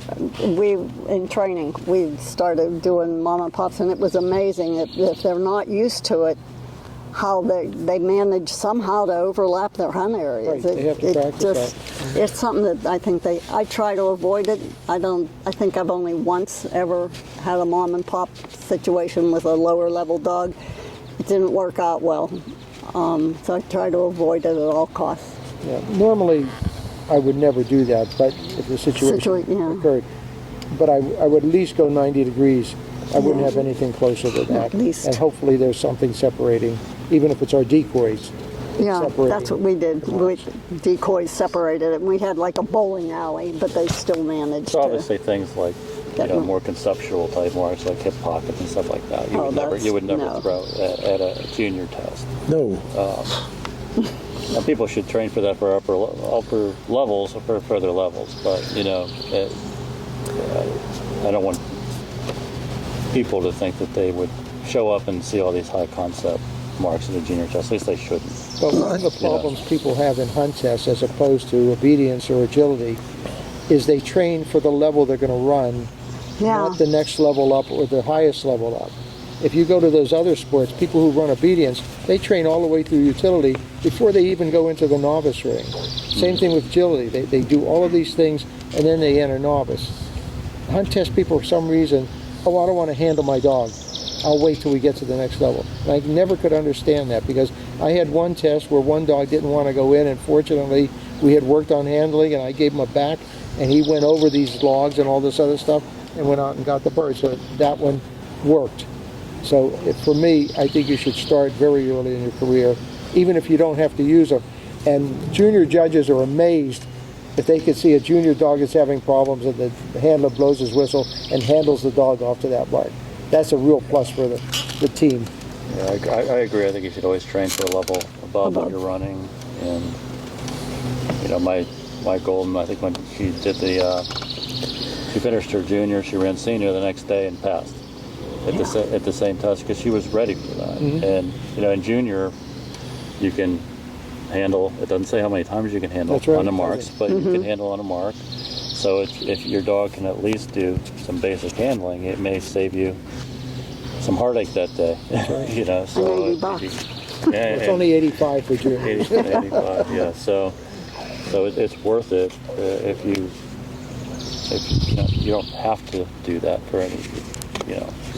But it definitely is a good something good to have in your back pocket if your dog can handle when it's going into junior. One comment for the handlers and trainers, the newbies. You and your dog are capable of much, much more than what you give your dog credit for. If you're training for a junior hunt test and you're throwing 50-yard marks, and some people say, wow, that's great, it is great, but get your dog up to 150-yard marks for pre-junior test, and they can do it. And you can teach your dog to do it. You just got to have faith in your dog and faith in yourself. You can do a lot more than what you think you're capable of. I think a lot of people come into junior, especially breed people, and they're never going to go any farther. So they don't train any harder. They just want a hunting title. They just want that title. And then they have a dog that, wow, my dog can do this. And then they're kind of behind for the next level. But I think that the reason a lot of first-time people don't train, as you said, the agility people and the obedience people, because they're never expecting to go past junior. And it's a whole different mindset. Right. Well, welcome everybody to Greater Pittsburgh Labrador Retriever Club. Welcome. Junior Hunt Test. Everybody here run yesterday? Okay. Not you. Well, today you have the nice judge. Good. Thank God. This is going to be a little tighter ship. I was a little crazy yesterday. Nah, just kidding. Kevin Buckley, co-judge Deb Vasilani, the silver crew. So we've both been doing this a long time. Long time. But this is the first hunt test we've had on these grounds. We've been training here for what, 15 years, 20 years? This is the first hunt test we've had here. So I'm glad you could make it. And good for you for being here. Most retriever owners, their dogs are home on the couch. You know, they're not doing this kind of stuff. So pass or fail today, kudos for being here and challenging this test and getting your dog involved and getting involved with this. So we're an AKC club. This is an AKC test, so we're following the AKC rules for junior hunter. Okay, so if you've read the rule book, and how many of you have done that? A couple? Okay. Okay, so if you've read the rule book, what are we judging for? There's four things. What are they? Marking ability, trainability, perseverance, style. Hey, you're not supposed to help. Okay. Marking, perseverance, trainability, and style. So that's what we're looking for. Really nothing more, nothing less. What is style? Glad you asked. Style is really, if you boil it down to, does your dog want to be here? Are they enthusiastic about doing the job? You know, are they eager? Are they going after the bird eagerly, picking it up, coming back? You know, to me, it should look like this is the funnest thing they've ever done in their life. You know, this is what they live for. It doesn't necessarily mean fast either. No. You're going to have some slower paced dogs, but their tails wagging, their heads up, they're like, I'm getting a bird, you know. You can read the dog. No, and judging for 20 plus years, I think I failed one dog on style, and that's because the handler was clearly it was mistreating that dog, and the dog was cowering and didn't want to be there. So, you know, I didn't want the handler to even get away with that. So, you're rarely going to see a dog fail on style. Perseverance is basically, will the dog go through anything we put in its path? Basically, if you want to summarize that. In this land test, which we'll describe, you have some cover. to deal with. There's a little bit of cover strips, you really can't tell, but there are some strips there. So will the dog persevere through that? On the water, will they persevere through those cattails? Things like that. Will they go past decoys? Will they go past shrubs? So it's just persevering through whatever's in the path. Pretty like you were much, saying yeah, something. even like just taking off, perseverance to get off the land and go and do it. So, I thought perseverance is them sticking it out and hunting it up. That is That's part of it too. Yeah. Continuing to hunt, not giving up if it missed its line. So Right. that is definitely perseverance. Right. Marking is of primary importance in a junior hunt test and an AKC test. So that kind of overrides everything. That's the most important. So for a mark, what we want to see is your dog goes to the area of the fall where that bird is, establishes a hunt, picks up the bird, brings it back to you. That's what we're looking for. It's the same junior, senior, master, national. It's the same thing. It's, that doesn't change. Trainability, quiz part 2. Trainability. What are the 4 parts of trainability? Willingness to please. No. They listen to what you say. They Part of listen it. to commands. Part of it. Basically. They're willing to give you up the bird. That Right. would fall under that. They're not dragging you all over the place. Right. So you have four pieces of that: control, response, steadiness, and delivery. So, and a lot of that is summarized in what you just described. So, in junior hunt test, it's more you're looking at control and delivery. Okay. Response is more. I'm not saying it's nothing, but response is more when you're running blinds. Are they taking your cast, your whistles, all your commands? We're not doing that here unless you choose to do that. So it's really control, and control is really obedience, line manners. So we're looking for what your line manners are coming out of that holding blind, that kind of thing. Try to keep all 4 legs on the ground at the line when we're getting ready to send your dog. Right. You work on that. So we'll be looking for some control coming up out of that holding blind. We realize they're young dogs and they're not perfect. They are what they are at this point. I'd rather see them enthusiastic than dragging them up. Yeah. So some balance of the two.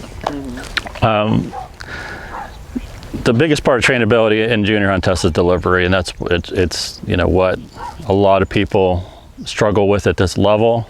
We're not looking for perfection by any means. I can't speak for Deb, but I know I'm not looking for perfection on a delivery, but we don't want to be sitting here for 20 minutes either telling you to have the dog telling them to fetch it up, fetch. So there's going to be some kind of line in the sand on that.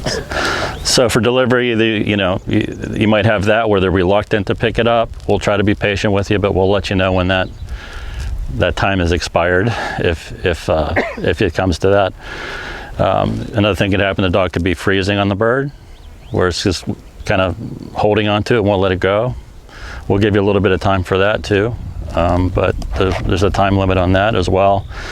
And then the third thing is, hard mouth. If it's actually chewing on the bird, trying to eat the bird, we're not going to have patience for that or time for that. We're going to tell you to get that bird out of there. And hard mouth is automatic failure, but freezing is not. Freezing will be, we'll judge that.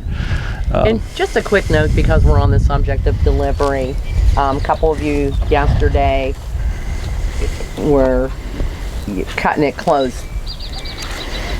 Bird in the hand, no touching the dog, the collar, anything until you have the bird out of its mouth. Then grab your dog and hand the bird off, then find your lead. But yeah, no, not even a tie. You got to get the bird without touching the dog, then you can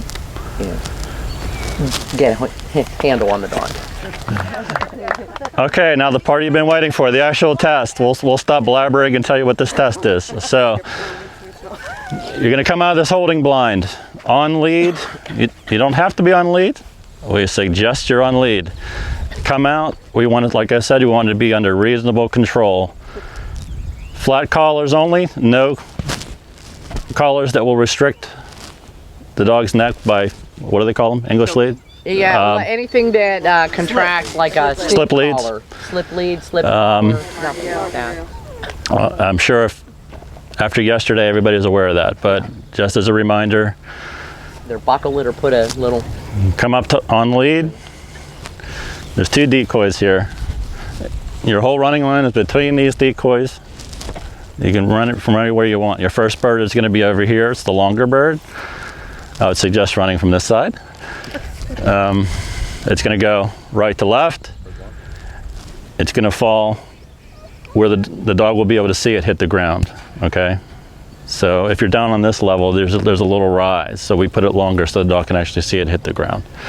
It's about, we think about 75 yards. 75 yards, yeah. Pick that one up, deliver that one. I'd move over to this side. Your second one is going to come from right, you can see it here. It's going to go left to right. It's a much shorter bird falling right into that opening between the trees.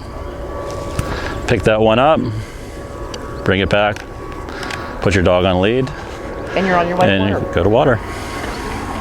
That's simple. Easy peasy. Easy, yeah. And like Is anybody running for a title today? Good, we got a few people. Okay, well, I hope that maybe you have already, but if look into running senior hunter with those dogs if you want to. There is a senior test happening here at the ground. If you haven't seen one, go take a look while you're here and see what you're training for. Release on dog or number? Yes. dog. Probably the first 5 dogs. I can remember your number after that. He is best bet. I'll just say dog probably. Yeah. It's easier, more consistent. Yeah. Yeah. You want to run a test dog and then we'll have questions after that? Guns up! Test dog to the line.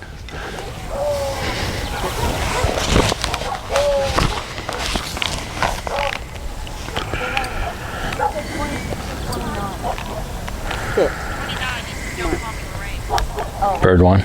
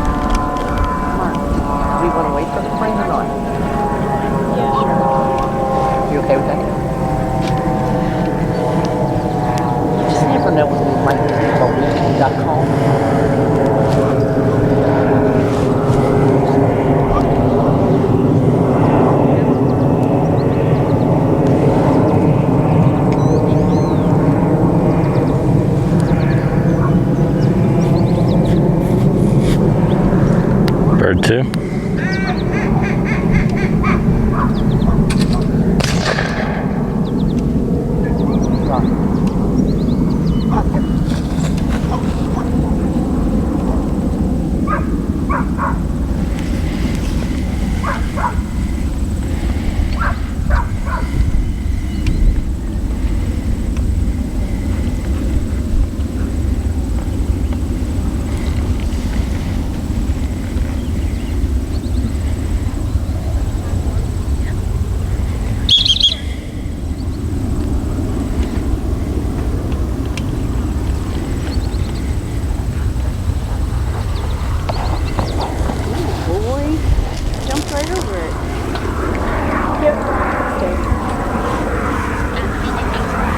So it's okay to encourage your dog. There's a difference between encouraging and handling. So just know where that is. You know, saying hunt it up is different than hunt it up. That's a handle, okay? And that's, you know, or hunt it up. I did that. I did that. Is anybody's dog to the level where they are handling at this point? Taking casts? Okay. A little bit. Just know that in junior, if you decide to handle, then we are judging response with you, and you have to keep handling to the bird. Let's go ahead. Question. I'm a little puzzled about the keep handling the bird. So the dog is like way off. You stop it, you give it a cast over, and it takes the cast. And then you say you have to keep handling it. Well, if it only needs one cast. Well, if it only needs one cast, it's going straight to the bird. That's fine. But if your first cast took it halfway to the bird and it started going somewhere else, you got to stop it and get it back on the bird. Yeah, it's not going towards the bird anymore. It takes a different line. That's when you got to stop it. Yeah. We're going to be very patient about giving you time for your dog to get that bird. So you're always free to pick your dog up if it's not against the bird whenever you want. But until we say pick up your dog, that means we're still there. Okay, so it's up to you. And then you just pray to God. So help him find it. Yeah. I would ask that everybody be quiet. These are junior dogs, and sound travels further than you think. And especially if you're going to make nasty comments about the judges, we can't hear you. Well, so, might be able to hear. But no, just be respectful of the dogs that are running, because you know, if it's your dog, you don't want noise, so don't give it to somebody else. You got that's good right there. Yesterday, really. Yeah. We were petrified. We didn't even want to come watch because we were afraid we were going to get kicked out for some reason.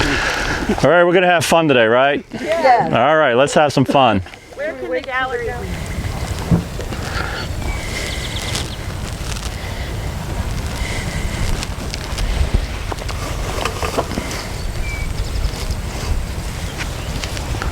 Bird one.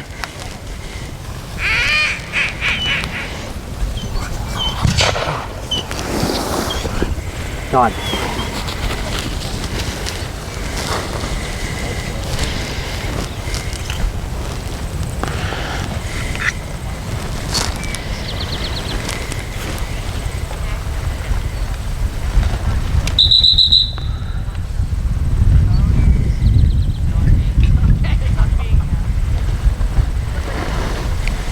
The girl, hold, here, heel. Here.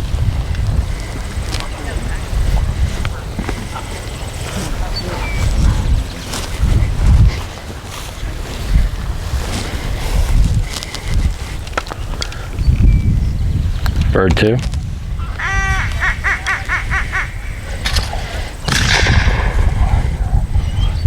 Dog.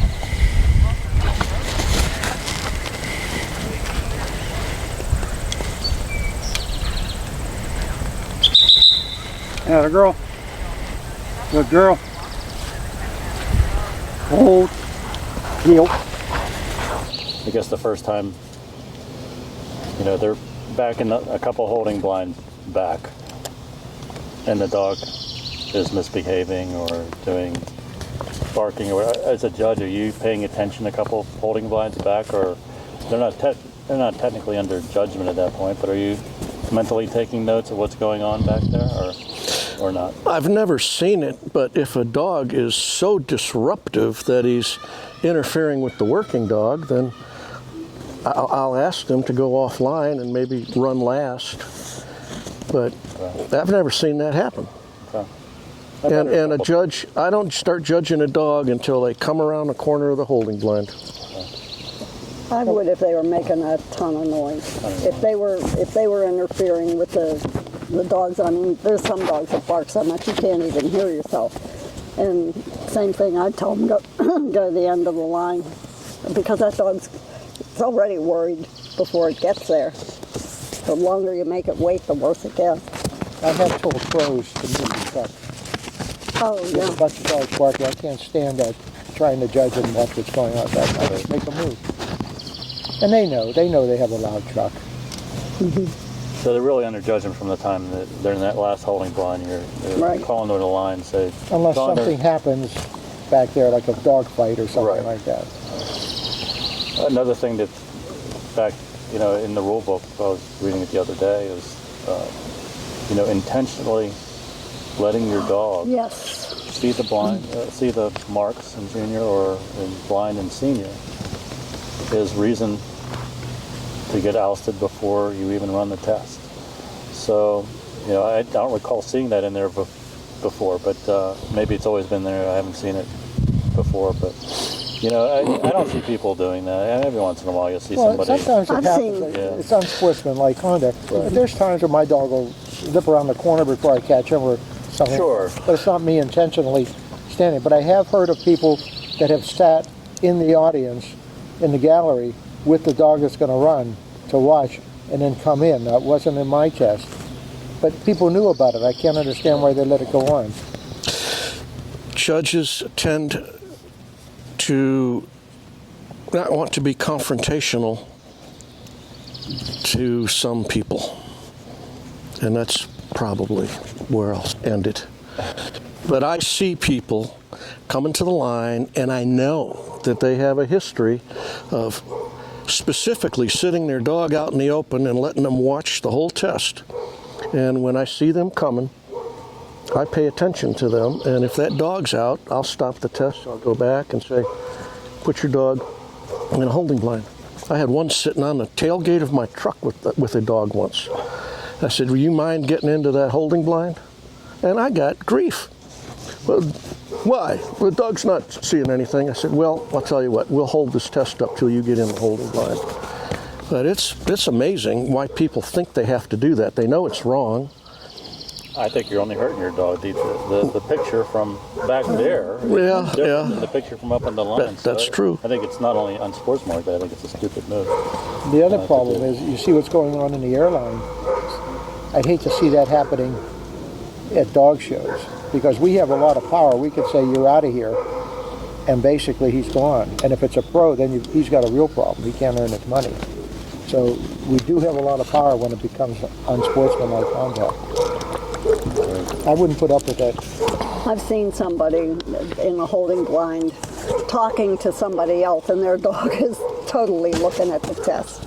Yeah. And I've gone up and said, do you realize your dog's watching the test? Oh, no.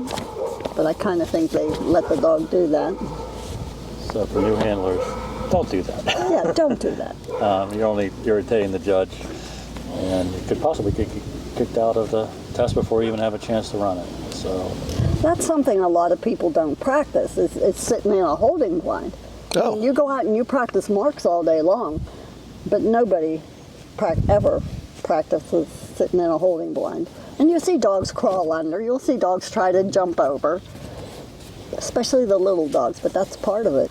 yeah, I think every dog's taking a peek around the holding blind before you can get it under control, but that's different than intentionally trying to point things out. So when they're coming out of the holding blind, what kind of behavior are you expecting at a junior level coming from out of the holding blind up to the line? Because I've heard a wide spectrum from different judges of what they're looking for. I want 4 feet on the ground. I've seen some come to the line on 2 feet. And no, if your dog's got only 2 feet on the ground, I think you should go back and try again. I don't think it's what you should come to the line with 4 feet, all 4 feet off the ground sometimes. My first dog was that way. And we were so excited. After that, we fixed it. Yeah. But he just wanted to get out there and do it. Right now, all I want a dog is to walk without pulling the handler down to the line. Before I call a dog to the line, too, I always go back and I look over the blind and I ask, what kind of collar do you have on your dog? And if they have a choker chain or a prong collar or some other type that's not a flat collar, I'll tell them you've got to change that. I think you still use a slip No. You can't use a slip lead anymore. Okay. You can use a slip collar if you slide it underneath the regular Underneath collar. a flat collar. But that makes it very difficult to release because you've got that knob at the end. Yeah. So I'd check for that, and then I ask them to come around and come to the line. And like Susie says, it's nice if they have all 4 feet on the ground. That's nice. But if they're not, I mean, they're taking a little bit of a reduction in their trainability, basically, or maybe, I guess not really, maybe style, you could do style, but trainability. So, you know, it'd have to be fairly out of control for that dog to be out, coming up to the line. Yeah. So, you know, but Only recently I've seen one dog that was so strong that the handler couldn't handle the dog. And she got other people to handle it that were bigger and stronger. And I was one of them. So that's, you have to work on that. You just can't let it happen because you'll never go on if that's what's going to happen. I mean, where it really becomes an issue is on the water. And it's getting a little bit muddy on the edge where you're running the dogs from, and your dog number 35, and it's really turned into a slick surface, and your dog is pulling you. I've seen more than a few people go down, and a couple into the water over the years. So, what about at the line in junior? The dog, they bring the dog up, and the dog is kind of out of control. You still, I mean, how much time are you giving somebody to get their dog settled? Is there a limit to getting their dog ready for a mark? Or have you even seen that as an issue? I haven't seen it as an issue. I'd like a dog to come to the line and sit. And if that's not going to happen, let's say they just won't sit, they're standing up. Say, well, okay, we're going to throw the bird, and it doesn't matter that your dog's not sitting. But if the dog's jumping around and being obnoxious, I can't imagine launching a mark with the dog behaving like that, you know? Right. But I can't say I've ever seen that. I've seen it where the dog just will not settle, and they have a firm grasp on the collar, and the mark's going off, and the dog is dragging them left and right, and by the time they let it go, the dog has no idea which direction it's going because they've just been out of control. Yeah, it's counterproductive. But again, it would have to be pretty bad for you as a judge to stop the show at that point, right? So. And dogs don't have to sit, and there's some breeds that don't. I mean, they're people never make dog 35 and it's very wet and very muddy. Some of them just are not going to sit. Right.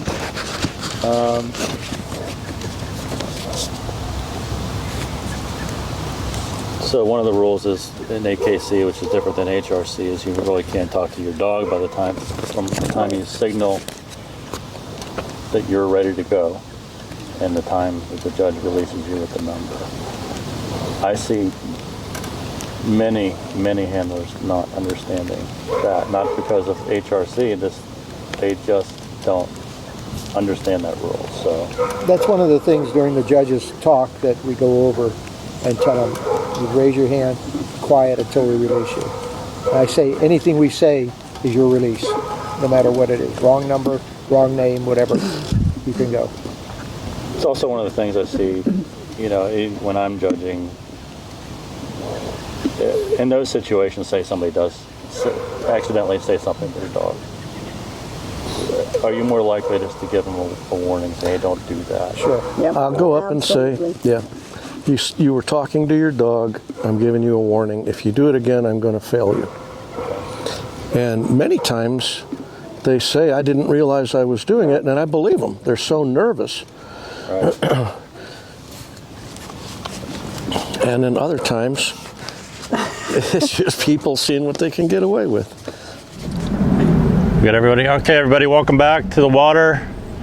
We have 2 single marks for you. Little duck hunt. We saw some really good dogs this morning, I think. We only had maybe 2 or 3 dogs that had some delivery issues that they're on the bubble. But you know, if we had an issue with anything your dog was doing, we would have told you. So if we didn't say anything, assume that you're golden at this point. Anything else from this morning? No, not. Okay. So we just have 2 marks for you. You're going to run again, come out of the holding blind. Same rules with the collar. There's 2 decoys here. We want you to run from between these decoys. Much more liberal about where you can take the bird. So if they're coming back from the bird and you need to move up here, go ahead and do it. Okay with that. Yeah. If you need to move over there a little bit, go ahead and do it. But we want you to run from these because we want the test to be consistent for everybody, okay? So come up to the line. Again, signal us when you're ready. This bird's gonna come out, a big throw, left to right, past those stumps or in that vicinity of those stumps right there. Bring that bird back. This one's gonna come out right to left, a short bird, just maybe 20 yards into the water. The challenge here is just dealing with the cover, okay? To go through the cover, hopefully. Hopefully we'll get in and out of here quick. We have 3 holding blinds. We'd like you to stack these up. Let's get the dogs moving through, and everybody's would like to hit the road eventually. So let's get. I think their handler's still not down here. That's okay. Don't have to watch later. Yeah.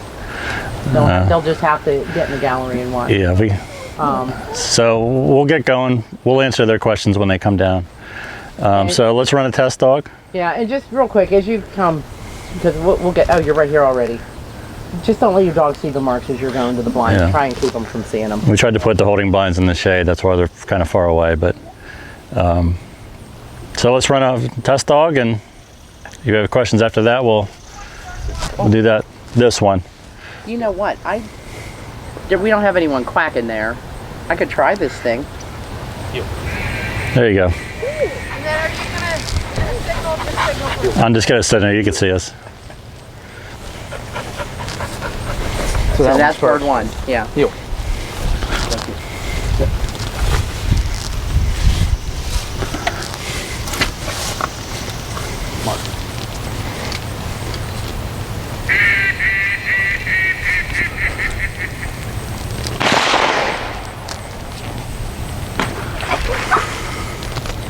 Dog. Honey.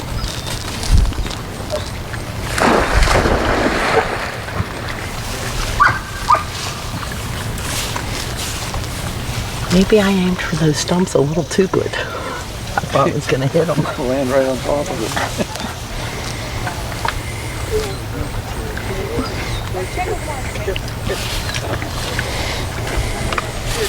And I staked the sucker down too. I don't know if I can turn it a little. Again, if your dog gets out early and runs back on the bank, it's not a big deal. It's just a little ding in perseverance. It's not going to kill you. We would like to see the dog up on the land to get the bird. All 4? All 4. But again, if your dog is on the land and it's kind of not coming to you, go up and get it. Go to it. As long as it's on the land. Gotta go. Come on.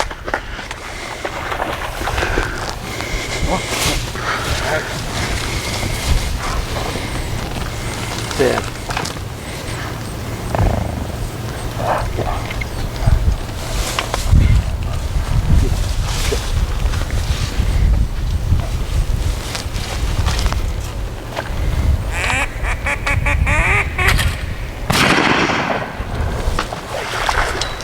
Dog. Honey. That was a tie.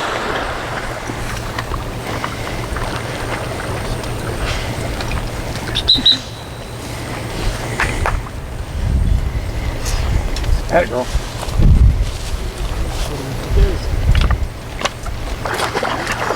Come on. Yeah, I'm going for 3. Over? Are you over or under? I'll go over. Okay. I'll go over. Sit, Dana.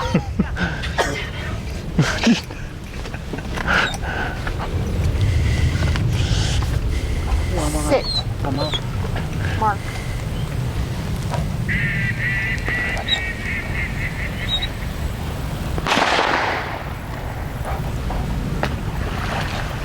Dog. Sit. Tucker.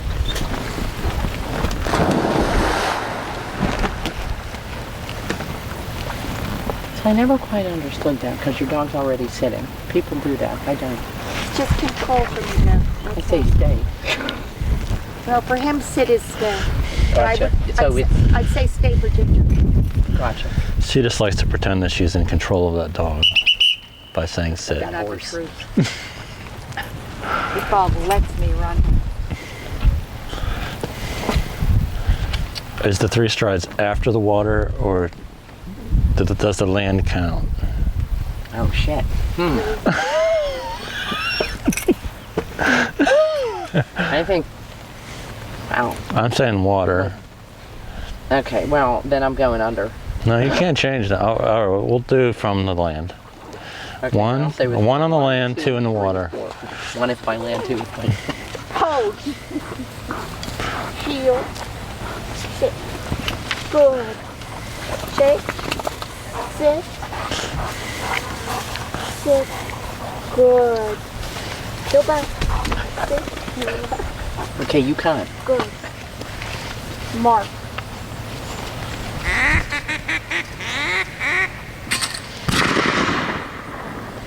Dog. Sit. Tucker. 1, 2, 3. Oh shit.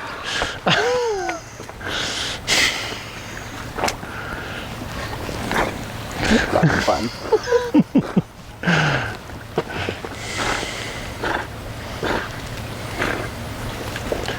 You have to think up your own fun after a while out here. Fetch. Hold. Heel. Sit.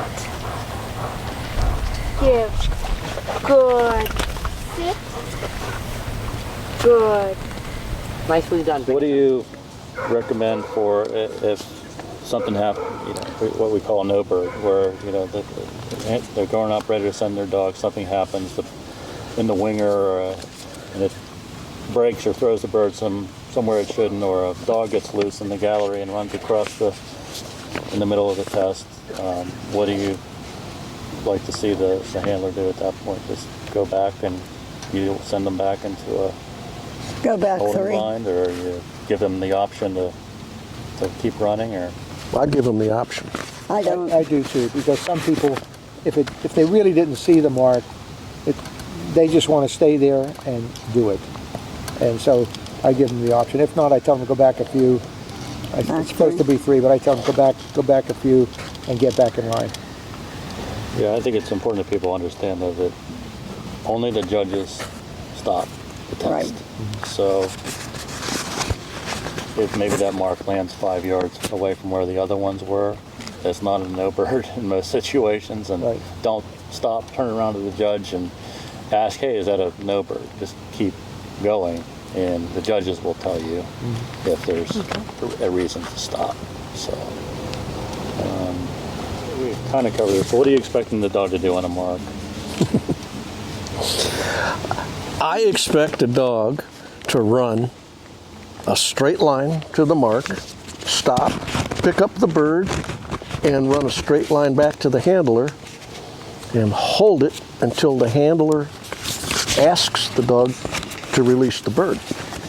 Now, if a dog goes to the area of the fall and puts on a good hunt, that's acceptable too. But, if you're going to come away with all 10s, in my book, you got to step on the bird. You go out and you hunt around for 45 seconds. I don't think that's as good as the dog that said, I know where that bird is, and I'm going to go get it. I would judge the same way. If the dog nails it, that's a 10. If it has to hunt even a little bit, it's no longer a 10. Right. And if they have to handle, it starts at a 5 and can only go down.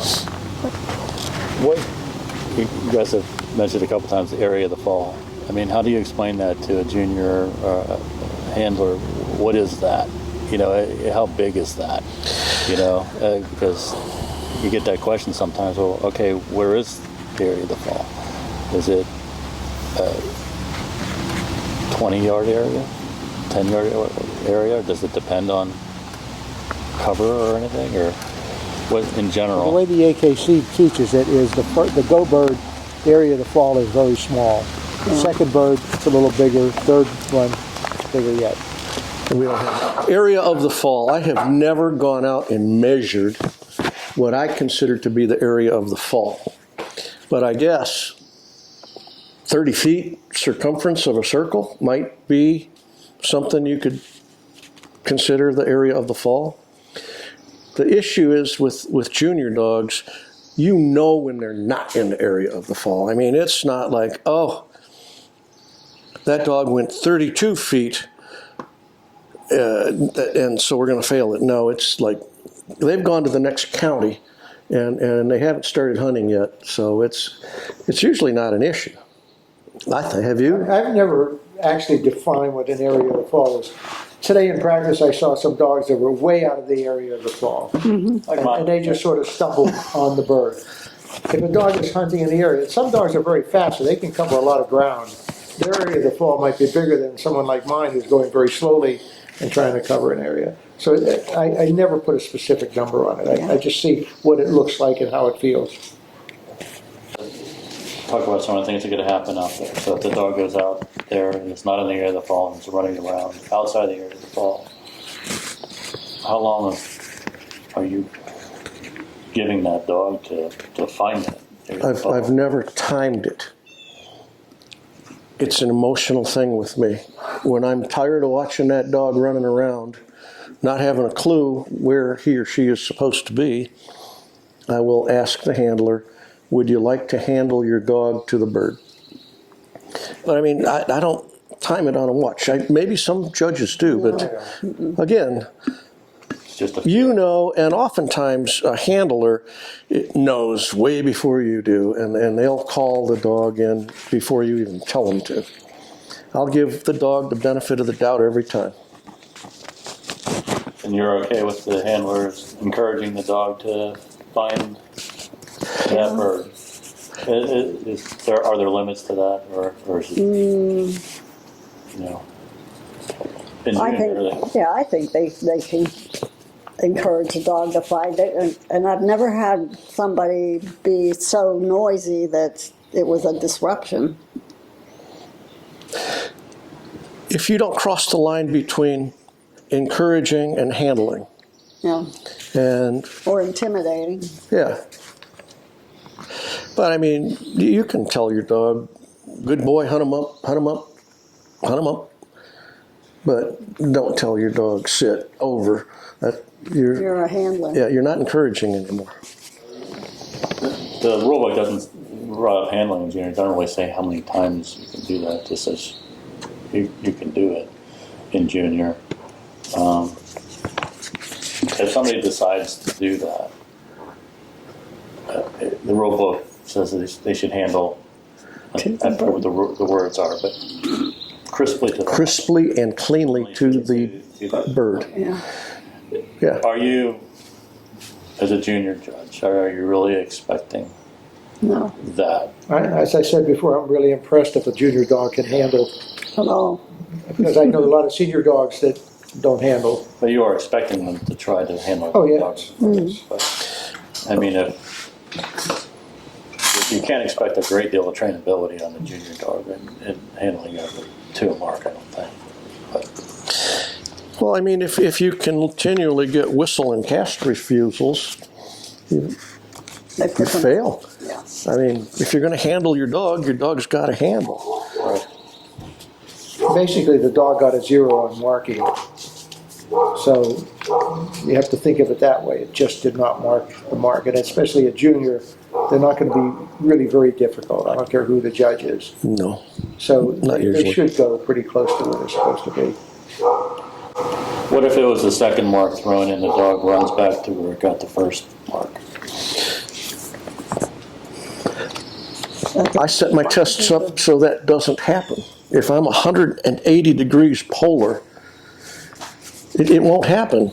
If it does, I'm failing the dog. I mean, you saw the duck go down over there and you turned around and went in the totally wrong direction. I'm sorry, you didn't mark that bird, obviously. Right. I mean, it's pretty clear cut in my mind, and I think in the handler's mind also.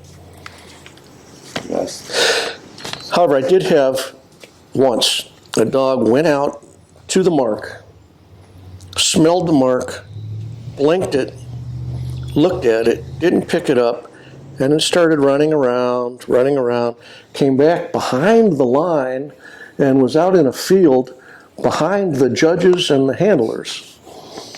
And at that point, I failed the dog.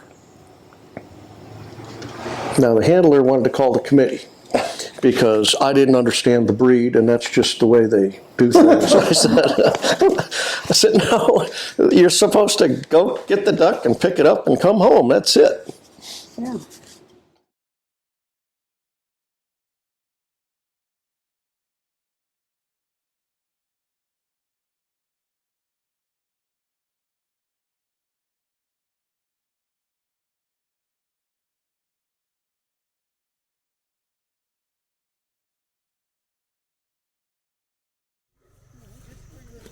Yes.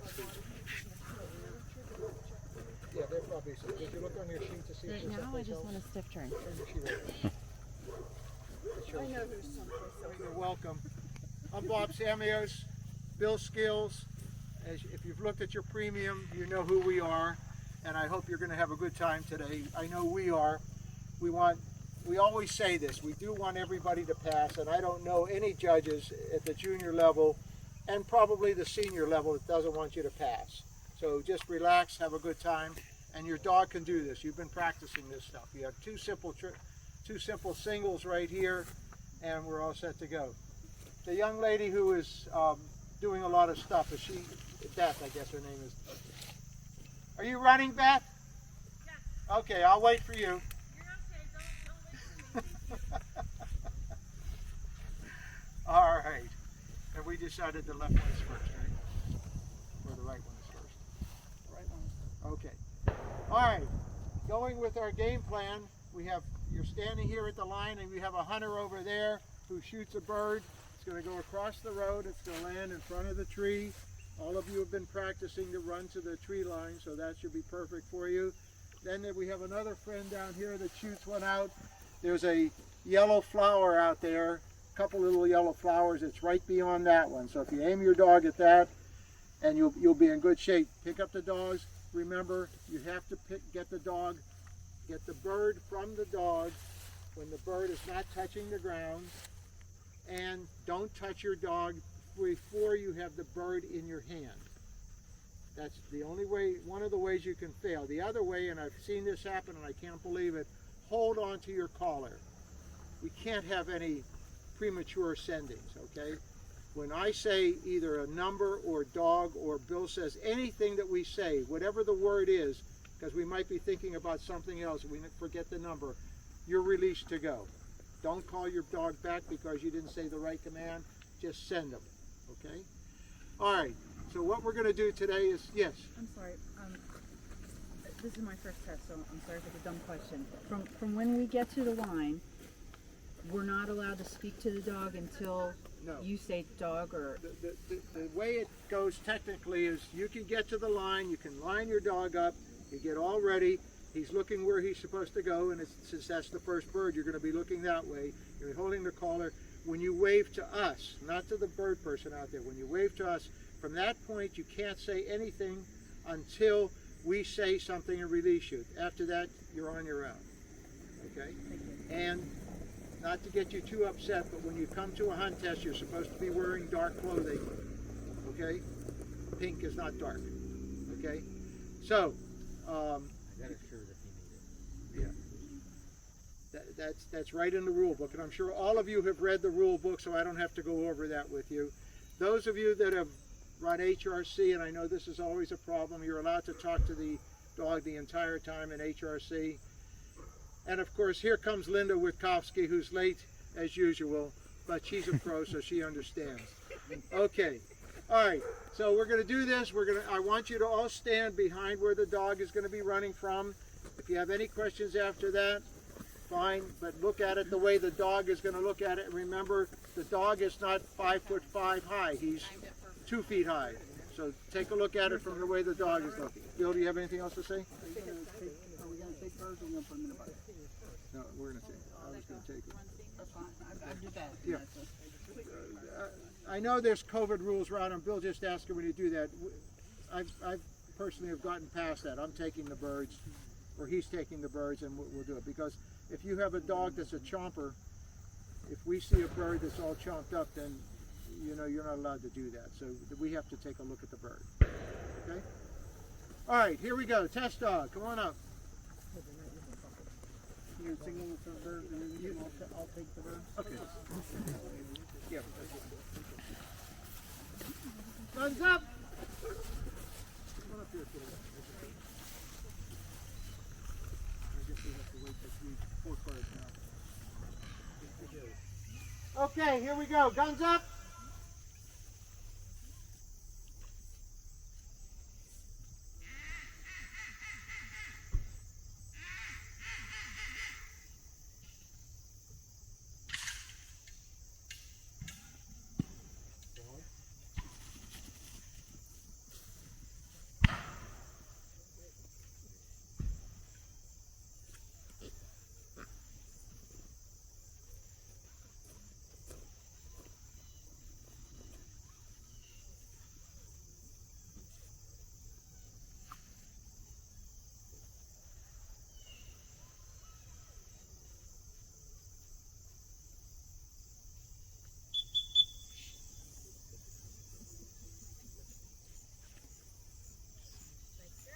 You don't care if they put the leaf on the ground, do you? Out.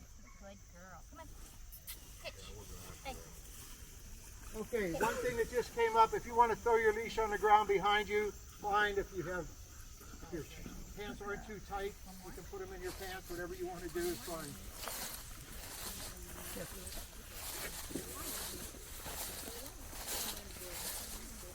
They can't see the gunner station. They can't see the gunner station. Okay.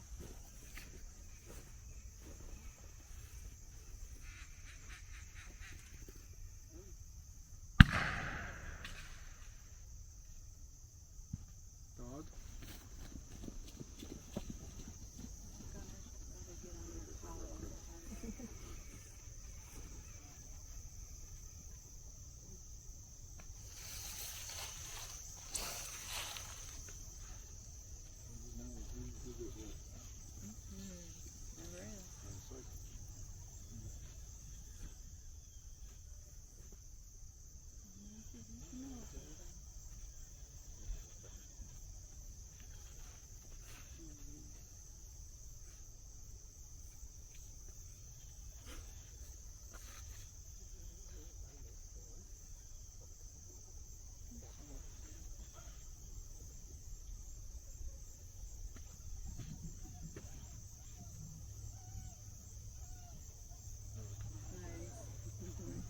See that yellow goldenrod out there? Mm-hmm.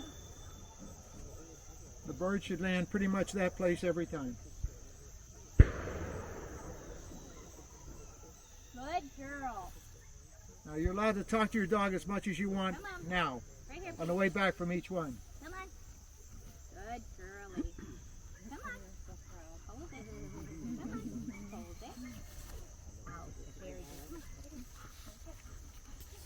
Good girl, Piggy. Remember, the important thing is to get the bird out of the dog's mouth before it's on the ground, before you touch your dog. It doesn't have to come to heel. It'd be nice if it did, but it doesn't have to. Okay? Yes? Just a quick question. Dog comes to heel and is right on your leg. Is that considered touching your dog? Is that going to be okay? It's not with your hands? Okay. Yes. Flea and tick collars off. Okay. Only a flat buckle. Okay, just checking. I guess we have to go with the rule. It says flat buckle collar only. So that's fine. Did you just miss him? Miss who? First off, where's the gallery? Leave it for people to watch. Back there. And guys.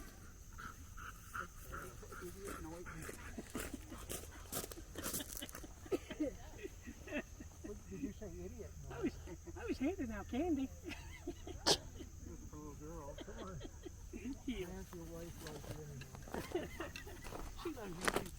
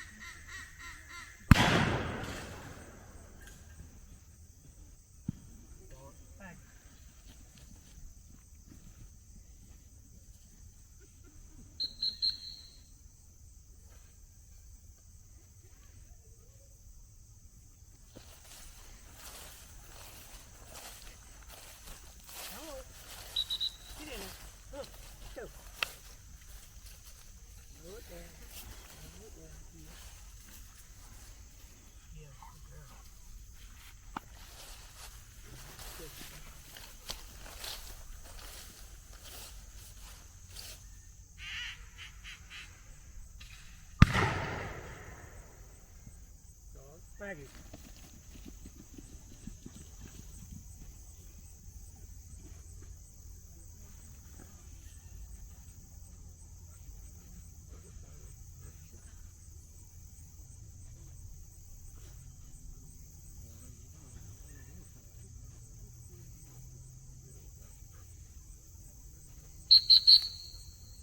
What? What? Right here. What? Dog number? 3. Oh no, sorry. 7. Yeah. What if the dog goes out of sight? Like if it's like a mark against a tree line and it goes into the woods and you can't see the dog. Well, if they call it back, that's handling. If they call it back, you get the bird, it's okay. If they don't, then it's out. So you're just kind of waiting it out at that point? If they're not calling it back, how long are you waiting that out to be in the woods? You have to tell them to get the dog. Yeah, I can't judge what I can't see. So almost immediately you're telling them to get I would think about the same amount of time it takes to make the circle that it went in, on the angle at which it went in. I would be worried if you can't see the dog, something could happen to it, yeah. Because we haven't walked that area. We don't know what's out there. I'll try to set up my tests so that if a dog goes out of sight, it is nowhere near the area of the fall. I mean, a lot of dogs are going to run past a mark. I mean, that's just, that's life, and that's good. But the dog will realize, no, it's not out here, and it'll turn around and it'll start hunting its way back. Yeah. A dog that just keeps going and going and going until it gets into cover or woods or is out of sight, that dog's probably already failed. Yeah. Yeah. This question is a judgment question, and that's why we're called judges. There's no set, fast rule. The dog is out there, you say, there's a problem here. That dog has definitely not marked it, and to continue on. So you either 0 in marking or 0 in trainability, one of the two. What about a dog that is sent and maybe takes 3 steps, turns around, looks at the handler, wasn't sure what it was supposed to do? Well, your key word was there, the dog wasn't sure, so that's confusion. You're allowed to bring your dog back and resend it. I do that, I tell them, send your dog. Go ahead. You'll tell them? Yeah.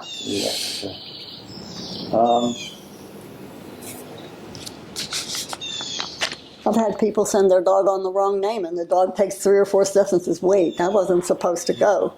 The area where you see dogs pass or fail is the delivery of the bird in junior. So,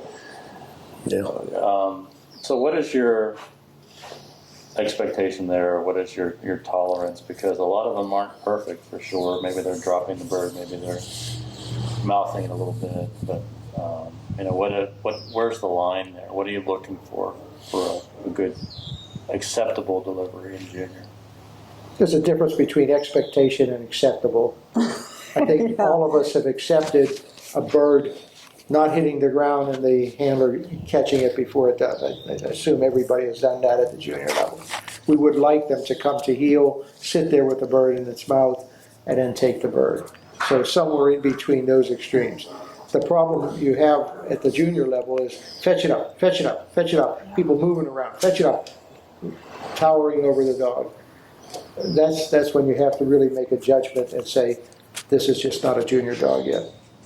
You have a lot of junior dogs that don't have very good holds, too.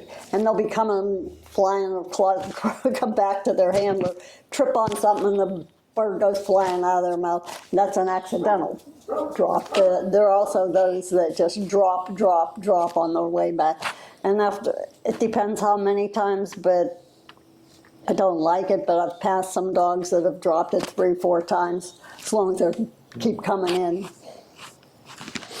I always ask my co-judge, what are we going to deem as acceptable number of refusals to deliver? And, it'll range. Susie says 3 or 4 times. I tend to be more like 7 times. Some judges, I don't know what they do, but I always talk about that particular issue with my co-judge before the test even starts. And we know, if that handler has to tell the dog 7 times to bring the bird in and deliver it, and the dog still hasn't complied, then I'm sorry. It's probably not going to be any magic on the 8th time. You're out, yeah. So. Yeah. Can we hold off a second? It's not raining anymore. Oh, he's opening the windows. If a dog's holding on, like some of them have just picked it up by the feathers, and they come in and the bird comes out of their mouth and they still have a mouthful of feathers. And they just don't know where to hold the bird well. I've seen dogs come in holding it by the head and they step on the feet or the wing and the bird comes out of their mouth. Those things I give a little more leeway than the one that purposely stops and drops the bird, because that's a purposeful drop. Yeah, I agree, but still, the dog that's holding it by the head and steps on a wing and the bird drops out of his mouth. If you have to tell that dog 7 more times to pick that bird up and he doesn't do it, I don't know. It depends on the dog and the situation. Yeah. And then the other end of the spectrum is if it won't let go of it. So you have freezing, freezing or the worst case scenario, hard mouth, where they're ripping the bird up or eating the bird. So obviously we're not going to accept ripping the bird up or eating the bird, hard mouth. But what about freezing? I mean, if a dog is what I call sticky, doesn't want to really let go of the bird, but eventually gives it up after 7 to 15 seconds, then I'll make a note on there, sticky on delivery, and I'll mark it down on trainability, but I won't fail a dog for it. Now, when the bird comes back and you finally get it out of the dog's mouth and the breast is missing, that's a totally different story. And we all know what the answer is there.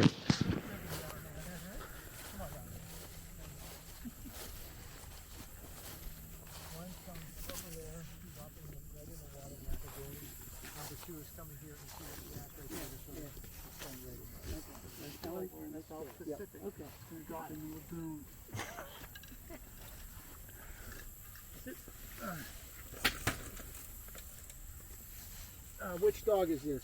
This is 14.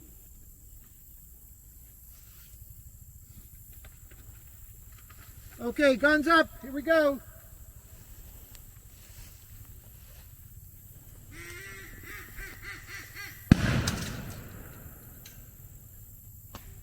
Dog. Maggie.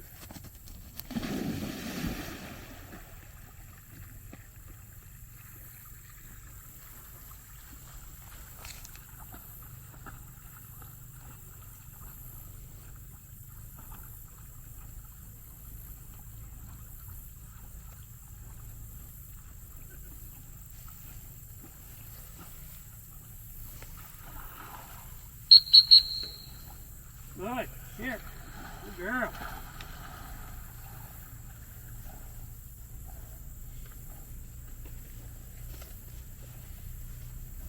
Good girl.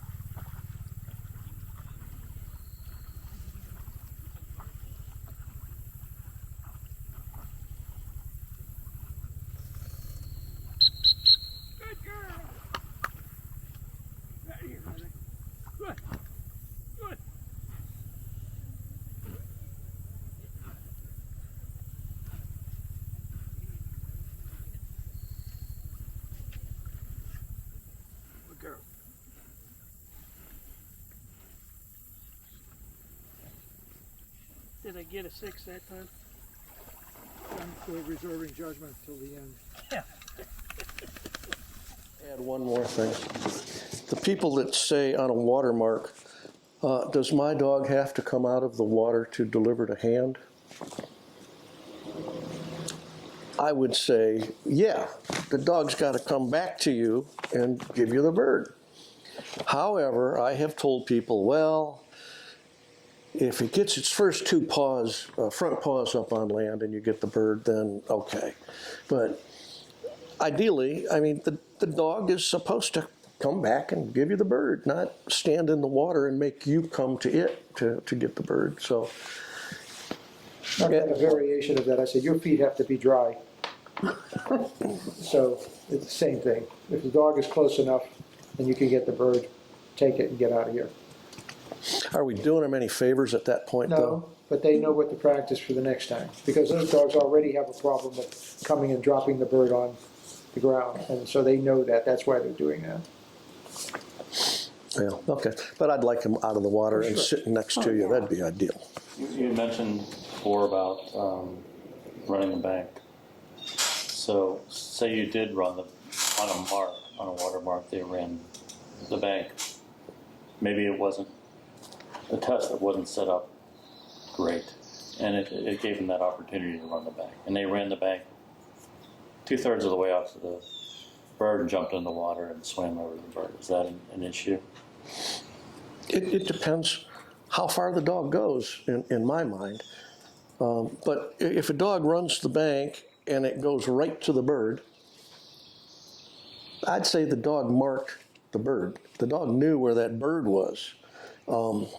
He just didn't take the most desirable route to get there.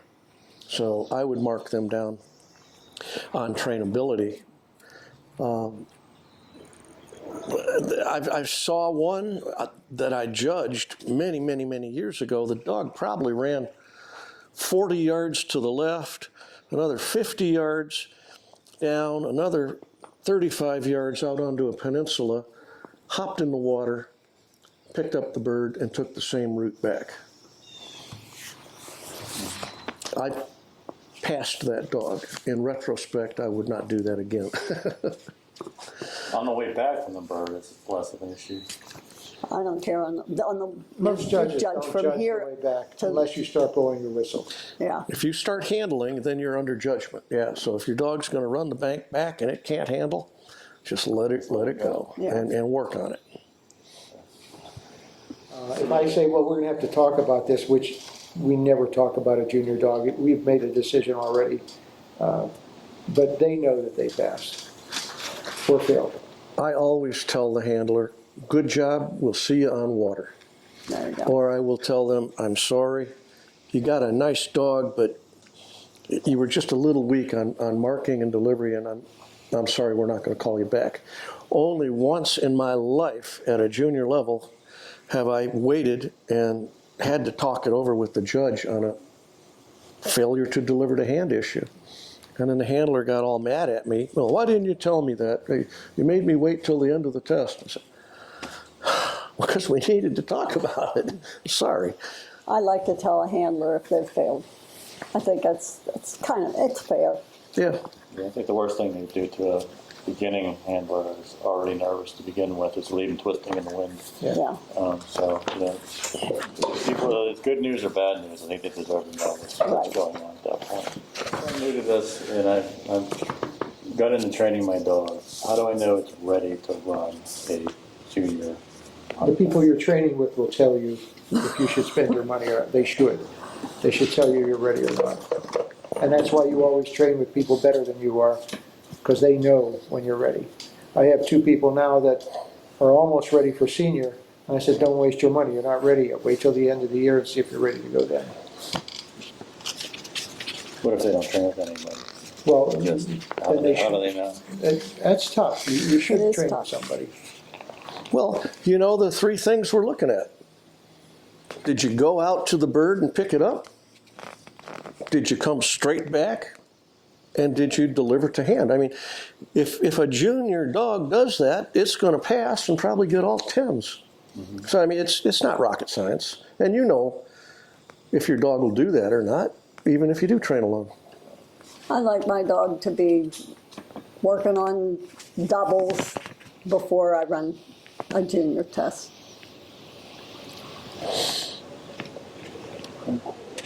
As a handler, I think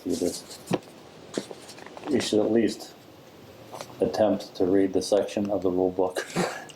You know, they see the rule book and they have to read the whole thing. You don't have to read the whole thing.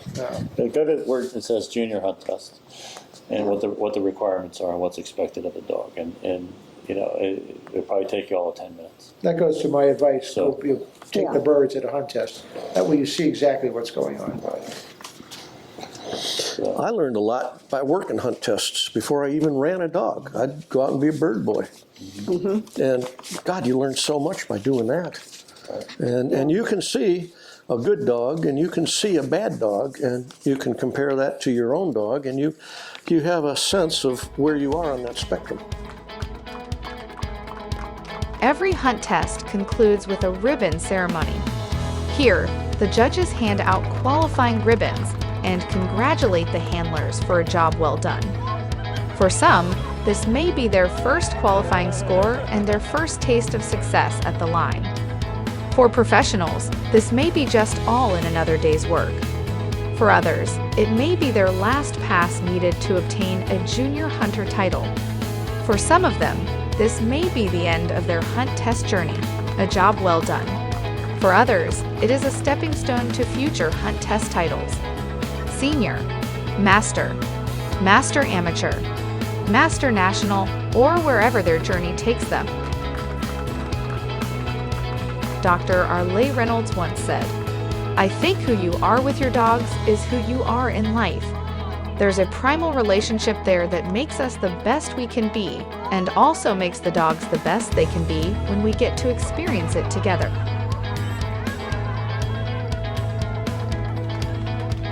We wish you success in wherever your journey takes you.